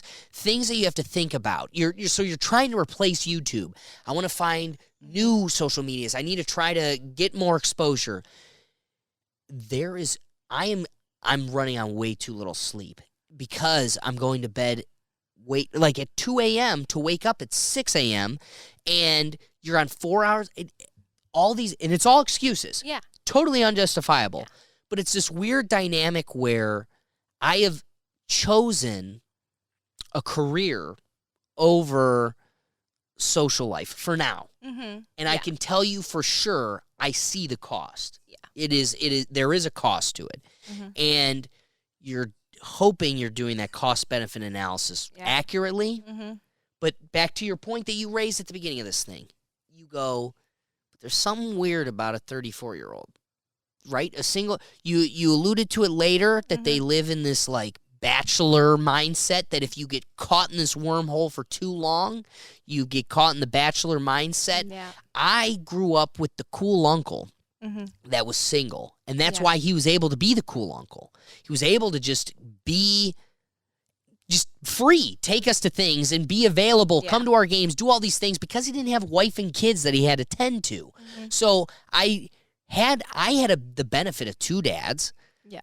One that was just a cool, fun uncle, and he was always with gorgeous girls, always single, living this life. And so, but now at 45. He wifes up this woman who's like 10 years younger than him. I remember. Yeah. And they couldn't be happier. This dude his whole life has reopened itself and rebranded itself in a whole new way, better than he could have ever expected. And you want to convince yourself that the soulmate can be found that late. But then, as you had hinted to earlier, there's a danger to that. And some people can fall victim to being caught in that wormhole for too long. Some people can lose their ability to settle down and make that connection. I think also too, it's like when you're going out with, for me, older men, it's like, where do I see myself? Like, if this were to go long term, like, will I fit in their lifestyle? Because I went out with guys and they're just always traveling, or so for work, or it was also a lot for pleasure. But it was like, where do I fit in? Like I want to marry. I want to get married. I want to have kids. Like, but see, that's what kills me too. Is I'm at a point in my life where I've been in nothing but debt in all my time. Again, those periods of my life where it was work and now it's work and then hobby. It used to be work and then more school. It was nothing but school. When law school, you were going to bed at 2 a.m. Can't imagine. Doing nothing but homework for free. And you're in debt. You're poor. So it kills me that I'm finally at this period in my life where it's like, yeah, girl, I will totally buy a hotel in Columbus, build a whole weekend. Let's go to Cabo. Like, you finally have the freedom and time to do it, the money to bring it to fruition, and no one to share it with. So I could see why that's available to these guys. It's like, yeah, let's go to New Orleans, but also I don't see how you. Like, to where I'm at in this period, I wouldn't want to do that with just a couple. If I'm doing it with a couple of guys, it's because I couldn't do it with a soulmate. Right. That's the only reason we're doing this. Yeah. Is because I need this, and I can't do it with a soulmate or a partner. I feel that. Like, I have girls' trips with my girlfriends. I mean, my girlfriends are both engaged, and I was a single one. It was kind of like, well, I can't go with, like, so-and-so, so let's go get a place in Ellicottville for the weekend. Let's hang out with a group of girls. Because, like, I don't have anybody I don't want to take somebody because it's too soon or, don't want to give them that impression. Right. That's another thing, too. Like, that could be a whole other podcast. Like, like, about, like, dating. Like, when are you officially dating? Man, we just lost your camera now, too. We are chipping away. All right, hold on. Back to the horror stories. Yes, I would like to hear some horror stories then. Oh, yeah. Okay, I don't even need a book because I'm like, oh, yeah. I just, like, had horror stories, like, so I went on my first date back in, like, 2019, and it was a guy I met on Bumble, and it was like, hey, you want to go on a date? I'm like, oh, my gosh, yeah, let's go out. And, like, I didn't even tell my mom that I was going on a date with this guy because my mom's like, go online dating. I'm like, no, Mom, I don't want to do it. And then I called my mom afterwards. I'm like, I went on my first online date, and I dropped the guy off at a hotel, and he wanted me to stay over with him. That was my first horror story. So wait, the horror story is, did the date go well, though? No. I was an idiot. Like, I should have, like, circled more questions, like, fielded more questions, and then said, yes, let's go out. Nope, he was there for a business trip. I had the one guy, I don't know if this happened to you, but, like, I've gone on dates with the same guys that my friends have gone out with. I cannot. Okay. I'm definitely going to cut this part out. But that girl that I was talking about, the reason I know her is because. Actually, I'm probably not going to cut this out. But the reason I know her is because she dated one of my fraternity brothers. Yeah. And they were like a really close thing. But it was always weird. Like, the whole time they dated, she would always give me these side eyes. And, of course, I'm reading into it because I want to. You want to, But you're just like, no, you are my best friend's girlfriend. We took a trip to Lollapalooza with each other. It was like this whole thing. And I'd be lying if I said I didn't have a crush on her. Yeah. But then they broke up, and they had been broken up for like 4 years. Uh-huh. The whole time I was in law school, they had already been broken up. Mm-hmm. And she started reaching out to me once him and I started hitting a little bit of a rocky patch.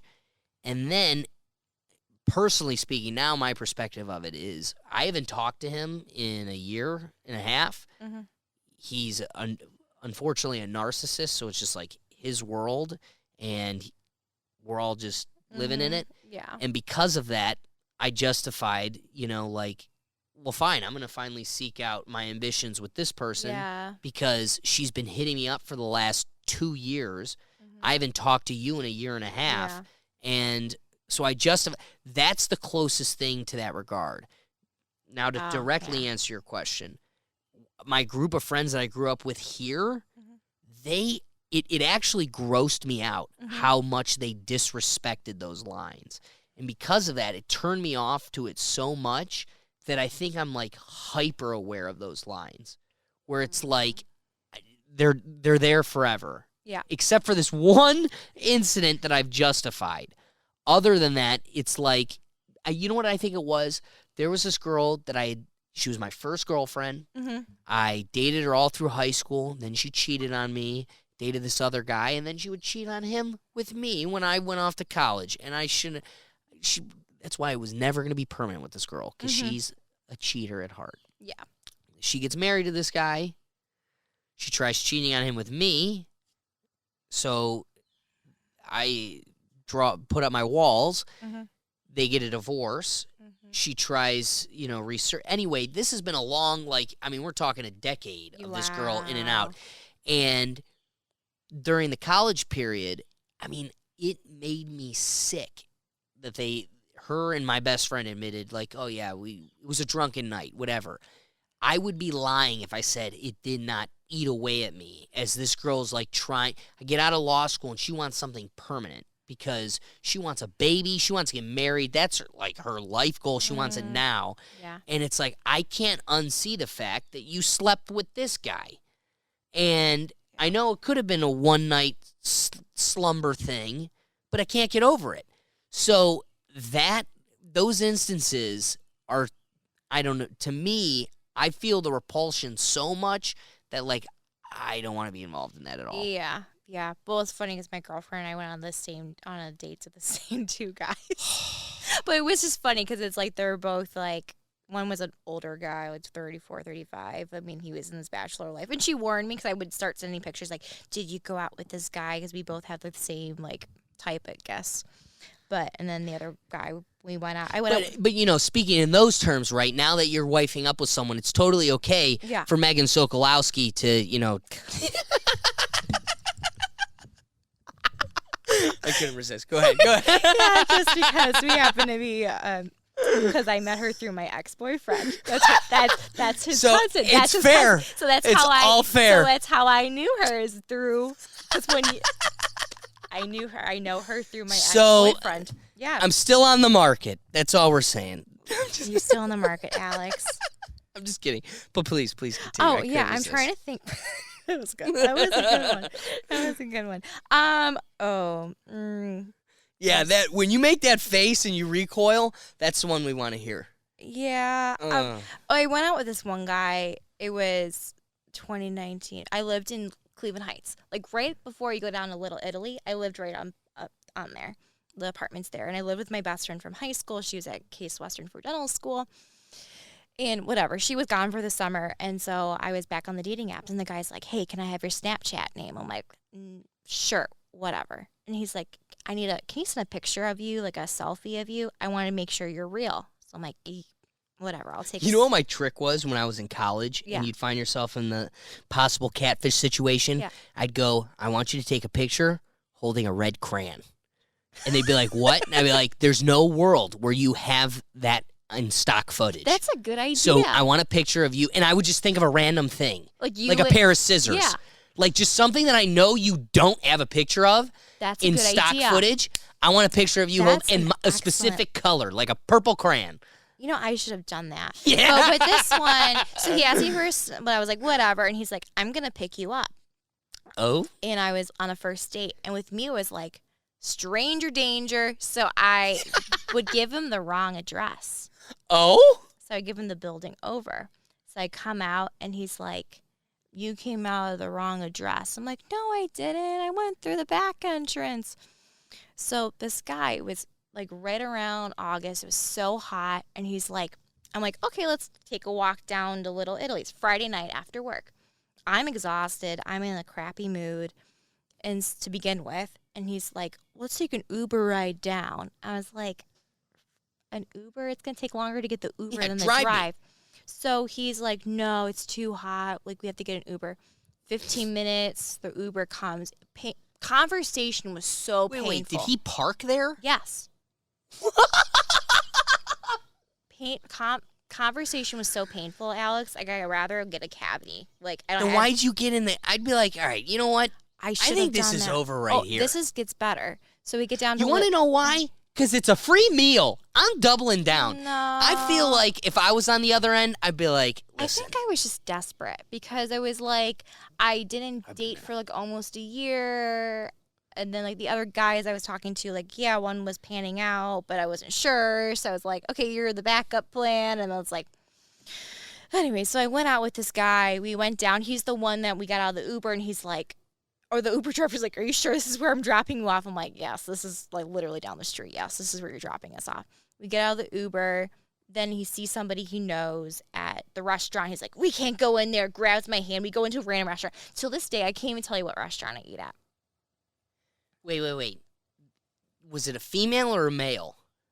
It was like a family friend. Like family friends. What? So we get into the restaurant. Or it was a loan shark. Probably. Like, what?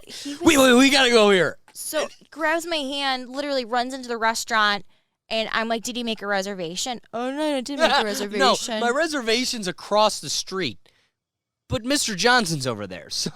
No, he didn't make a reservation in general. So we sit down, and he's like, so I'm thinking, I want a glass of wine. You know, I like to drink wine, so I wanted a glass of wine on a Friday night.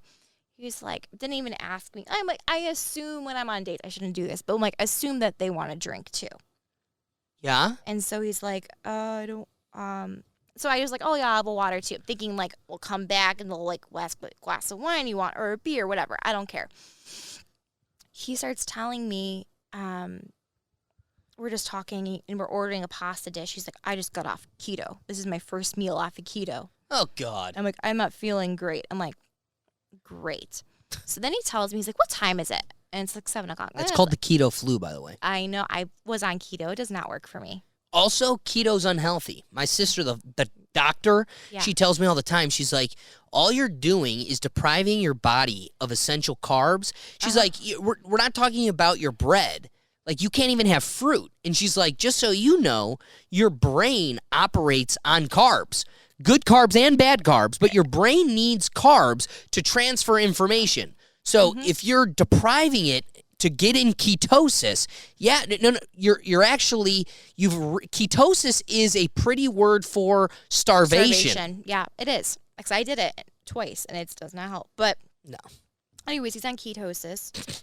And then he starts telling me about his fear of flying. So I'm like, oh, do you like to travel? Because that's a big thing for me. Like, I love to travel. Like, when I'm with somebody, like, if I'm dating somebody, like, I want to travel with them. Like, not, like, overnight places around here. Like, I want to go, like, around the world. Like, right. Like, be expected, like, I had on my dating apps. Like, a non-negotiable for me is you have to have a passport. I like that. You have to have a passport. So with stamps already in it. That is a good point. I should have added that, too. But I didn't. But anyways, the fact that you went to the bank or the post office and like paid your $50 is not enough. Like, I want to know that things. I need picture proof that you have your stamps in there. So he starts talking about his fear of flying, and he like gets really like emotional about it, and I'm like, okay, whatever. So he's like, what time is it? Like 7 o'clock. He's like, oh, how far away is how far is Lakewood from here? I'm like, oh, like 20 minutes. He's like, oh, I have to go to AA tonight. I was just about to suggest, expecting a drink. The only instance where you can't is like somebody's already got a problem. Yeah, to go to AA. And so dinner ends quickly.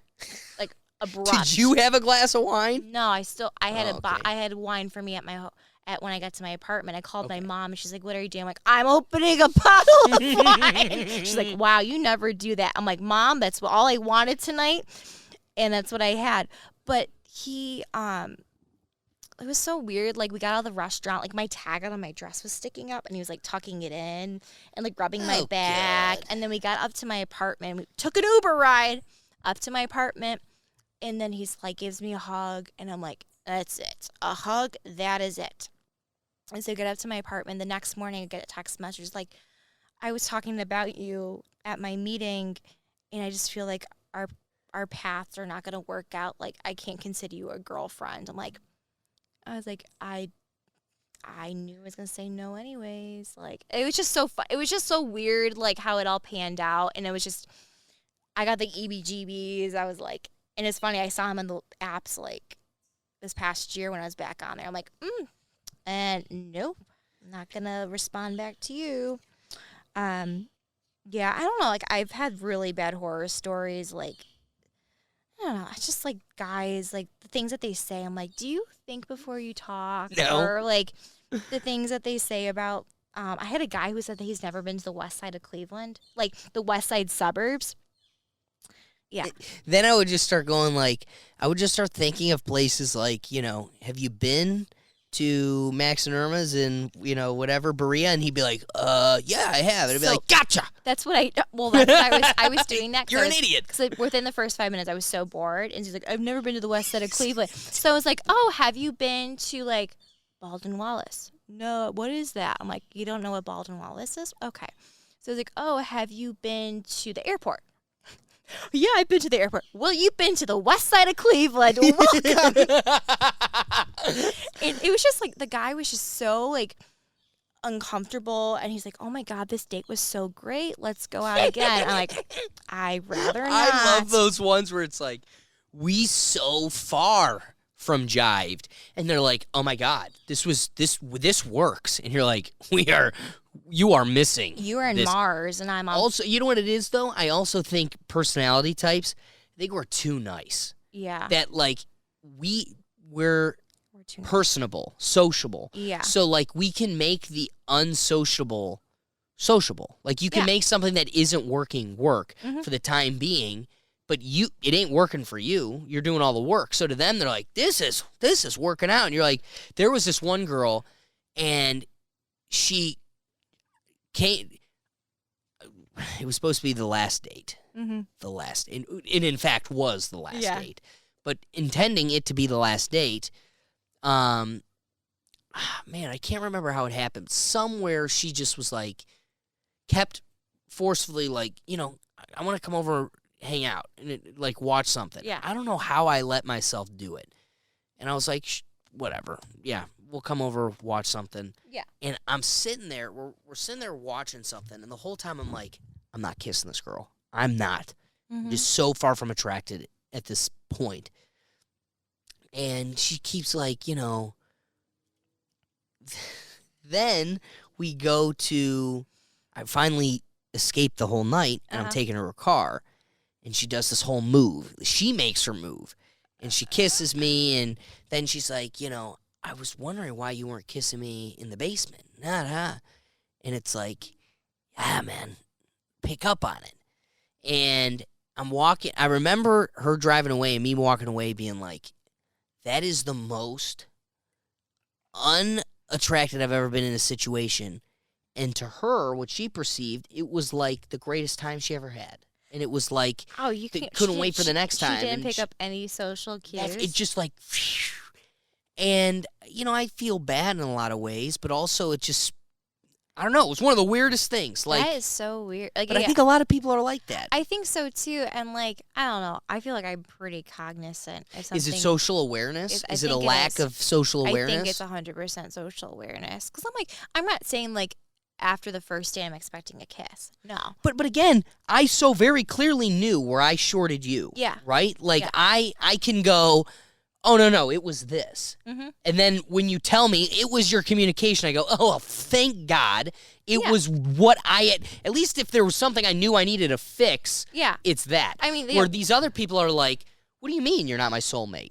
It's Yeah, like I you would weren't say- feeling that this. Yeah, I think with us it was just like communication. That was it. Like, I mean, and also to be fair, like when, like we were both very busy. Like I think it just didn't match the right times. No, for us right, because it you was- were busy in the fall.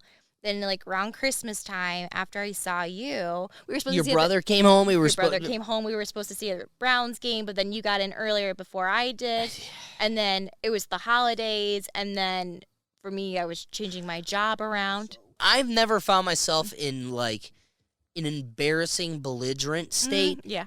but also that is clearly why I was not. There was no world we were linking up. I Yeah. was just following the Yeah, pack, yeah. just wherever. It's I just fine. wanted to exist, and then I'd look at my phone and be like, and then I barely even processed it. I was like, well, touchdown! Yeah, but I no, but think- you're right. but- You're very right. I think that was it. It was just the communication. It was nothing other than that for me.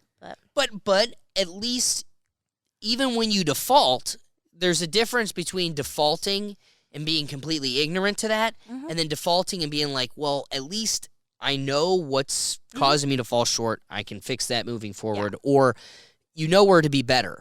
I think a lot of people are cheated out of the ability to get better because there's no awareness of why they aren't better to begin with. Yeah, and I think it's big to like learn on your lessons. And I think it's just interesting too for like where I am at now with my relationship with my boyfriend now. It's like we met on Hinge. I reached out to him, which I never ever did. It was interesting. So like he messaged me and says, I hate the online dating thing. Can I call you? And he called me. We're on the phone for an hour and a half. Wow. No stop. The first, so you reached out to him. Did he respond, or he just So- responded with, I want to call you? Oh, he responded a week later, but then said, he's like, I hate the online dating thing. Can I call you? And I was like, I'm busy tonight because I do a lot of volunteer work. And then he gets on the phone. He's like, oh, what volunteer work you doing? I was like, oh, with the Girl Scouts, whatever. He's like, oh, I'm an Eagle Scout. I'm like, all right, case closed. Like, we'll see how this goes. Yeah, but I mean, with him, it's a lot different. Like, it's so weird. Like, I don't feel like I met him on online dating because, It's been nothing but personable. yeah, and he calls me every night when he gets home wow. from work. I hear from him every day. He's in Hawaii right now for the military, and I hear from him. I hear from him more probably than I have when we're in the same area. Oh, wow. But I think that's for me. That's something that was like huge, like that. But yeah, it's really interesting. It is. And the thing is, there's so much variability Yeah. that, back to kind of what has developed to be the theme, Mhm. the best thing you can do is kiss as many frogs as you can. I don't mean literally, but the metaphorically, get out there and expose yourself to as much as possible to that way, you get past a lot of these nerves like that graph was showing us. I think a lot of it is just you impeding your own self from getting out there, and then also making yourself comfortable with situations that don't work. And that's the biggest thing is I feel like when I went on the dating apps, like I went out of my comfort zone. Like, It very much does. Yeah, and you know what's interesting? I want you to expand on that. But I did see a dad go. He's on TikTok and he's like, I make my son buy everything. Like, whether it's just getting a hot dog and a soda at the Costco, thing. Mm-hmm. He's like, and he was going on this narrative of how much growth socially he's seen his son develop at 5-6 years old by building the confidence of just being able to walk up, buy a hot dog and a soda from a complete stranger. And those are extra. It was funny, and God, was I lucky that I built this for myself. But I'd be in college, and I made every conversation a game of how long I could keep the cat person that you're going to swipe past every time. And it's like, I already think you are incompatible because of your obsession with cats. That we have nothing in common. Mm-hmm. Now, I need to make myself better and see how long I can keep a conversation going with you What does that do? That trains you to just develop nonsensical bullshit questions you could care less about the answer to just try to stoke a fire and get this thing going. Yeah. And those are muscles that you have to exercise. And I think that was a big thing on these horrible dates I went on. And then I think back on it now, it's like I learned like how to have those conversations and go out of my comfort zone, and it's important. It's important, yeah. And then when you find somebody that you're attracted to and that you like, you're like, okay, this was easy, right? You know. Well, I just have one last kind of narrative thing. So at the end of this graph, it kind of makes like men lack confidence, as I said, in all of these stereotypically significant, underestimated places where you can strike up a conversation. And I laugh at, sporting events, restaurants. We kind of address that with waitresses. That's kind of a gray area. Who the hell knows? Can you hit on your waitress or not? Can you hit on the pharmacist or not? Yeah. I guess you shoot your shot and either come out looking the asshole or you come out with your wife. I mean, either you embarrass yourself and never go back to that CVS pharmacy again. And again, you're probably not going to. So what's the loss? Exactly. But the biggest, the ones that interest me, so, sporting events, amusement parks, airports, and camps. The airports was interesting because I actually know of somebody that met her boyfriend on the airplane. She sat next to him. I would say, that's happened to me, where I've gone on a date with a person that I've hit it off with on the airplane. Yeah. I'd be lying if I said I don't sit there and hope that, oh my God, please put me next to that person. Yeah. Or like, please, put somebody next to me that, would be an opportunity or whatever, at least fun. And it's so easy at that point. Because you're stuck. But in terms of like events, concerts, the biggest one, amusement parks. Oh, yeah. I fall in love every 30 seconds at an amusement park. Like, if I'm in an amusement park, everybody loves going to the malls and shit for the people watching. That's a term that's... Amusement park, you're going for the people watching, not only to laugh at the guy who's so round his pants don't even cover his crack, but then also, like, the girl that's just drop dead gorgeous. You're just in awe. Yeah. But most people at amusement parks are dating someone. Like, what are we lying about? It's like, that's no, true. don't put it on me that I'm too shy in an amusement park. It's impossible. Yeah. Like, you're either with a giant group and you're all doing your own thing, which makes you an impenetrable force, or you're there with your boyfriend. Every person I'm ogling over, like, oh my God, they're also standing in line with their boyfriend. Yeah. I will say. That's the whole amusement park. Yeah. I did get the Cedar Point pass with my ex.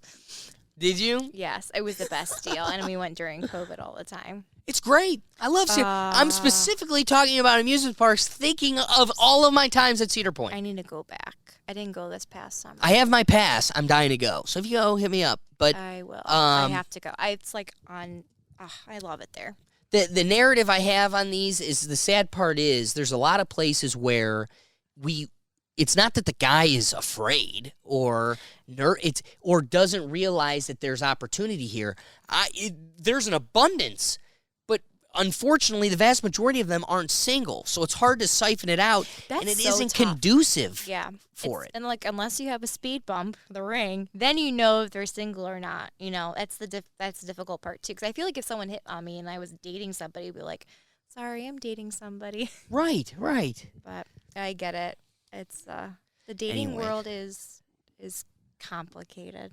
It's so complicated, and you would think over 2 hours into this thing we would have siphoned out some answers, and there's none. We crave for it to be in real life, but we realize that we're pigeonholed into the apps. It's we underestimate how difficult it increasingly gets to do it in real life when you have people who are out here saying that, I don't like being hit on in person because I'm afraid. So there's this new evolving narrative where we're deterring people from doing it in person, even though that's the preference. Then the not so preferred way is online, but that's seemingly the only way, and it's funneling into being the only way. No answers were siphoned out on what we can do. You're kind of just if there's anything to rest easy with that can bring solace to any of you, it's that we're all flying blind and none of us know what's going on and we're all scared and lonely. Yeah, that's life. It's just, you wish it was like an easy answer, but it's like what you said, you have to kiss many. Got to kiss all the frogs. All the frogs, unfortunately. Well, Jackie, I appreciate you giving me your time, Oh, and of I love doing this. I'd love to get you on again. I bet you there's more stories hidden in the black book. And I got to tell you, I came out a little unscathed, so I feel good. Like I wasn't totally destroyed. No. But guys, as always, if we made you laugh and we made you think, the best thing you could do to support this podcast is share this episode. If you enjoyed it, then I got to imagine so will your friends. So take that link, throw it on your Facebook, spread it around, send it to a friend that you think will enjoy it, because that's the best thing you could do to support the podcast. Otherwise, you can find all of our content on our website at www.rethinktankpodcast.com. Join the Neuro Gym, where we'll provoke some free thought there on the website, and you can follow us on Instagram, Twitter, and all the others. But otherwise, we'll catch you on the next episode. Jackie, thank you again. Well, thanks for having me. And we'll catch you next time. Peace.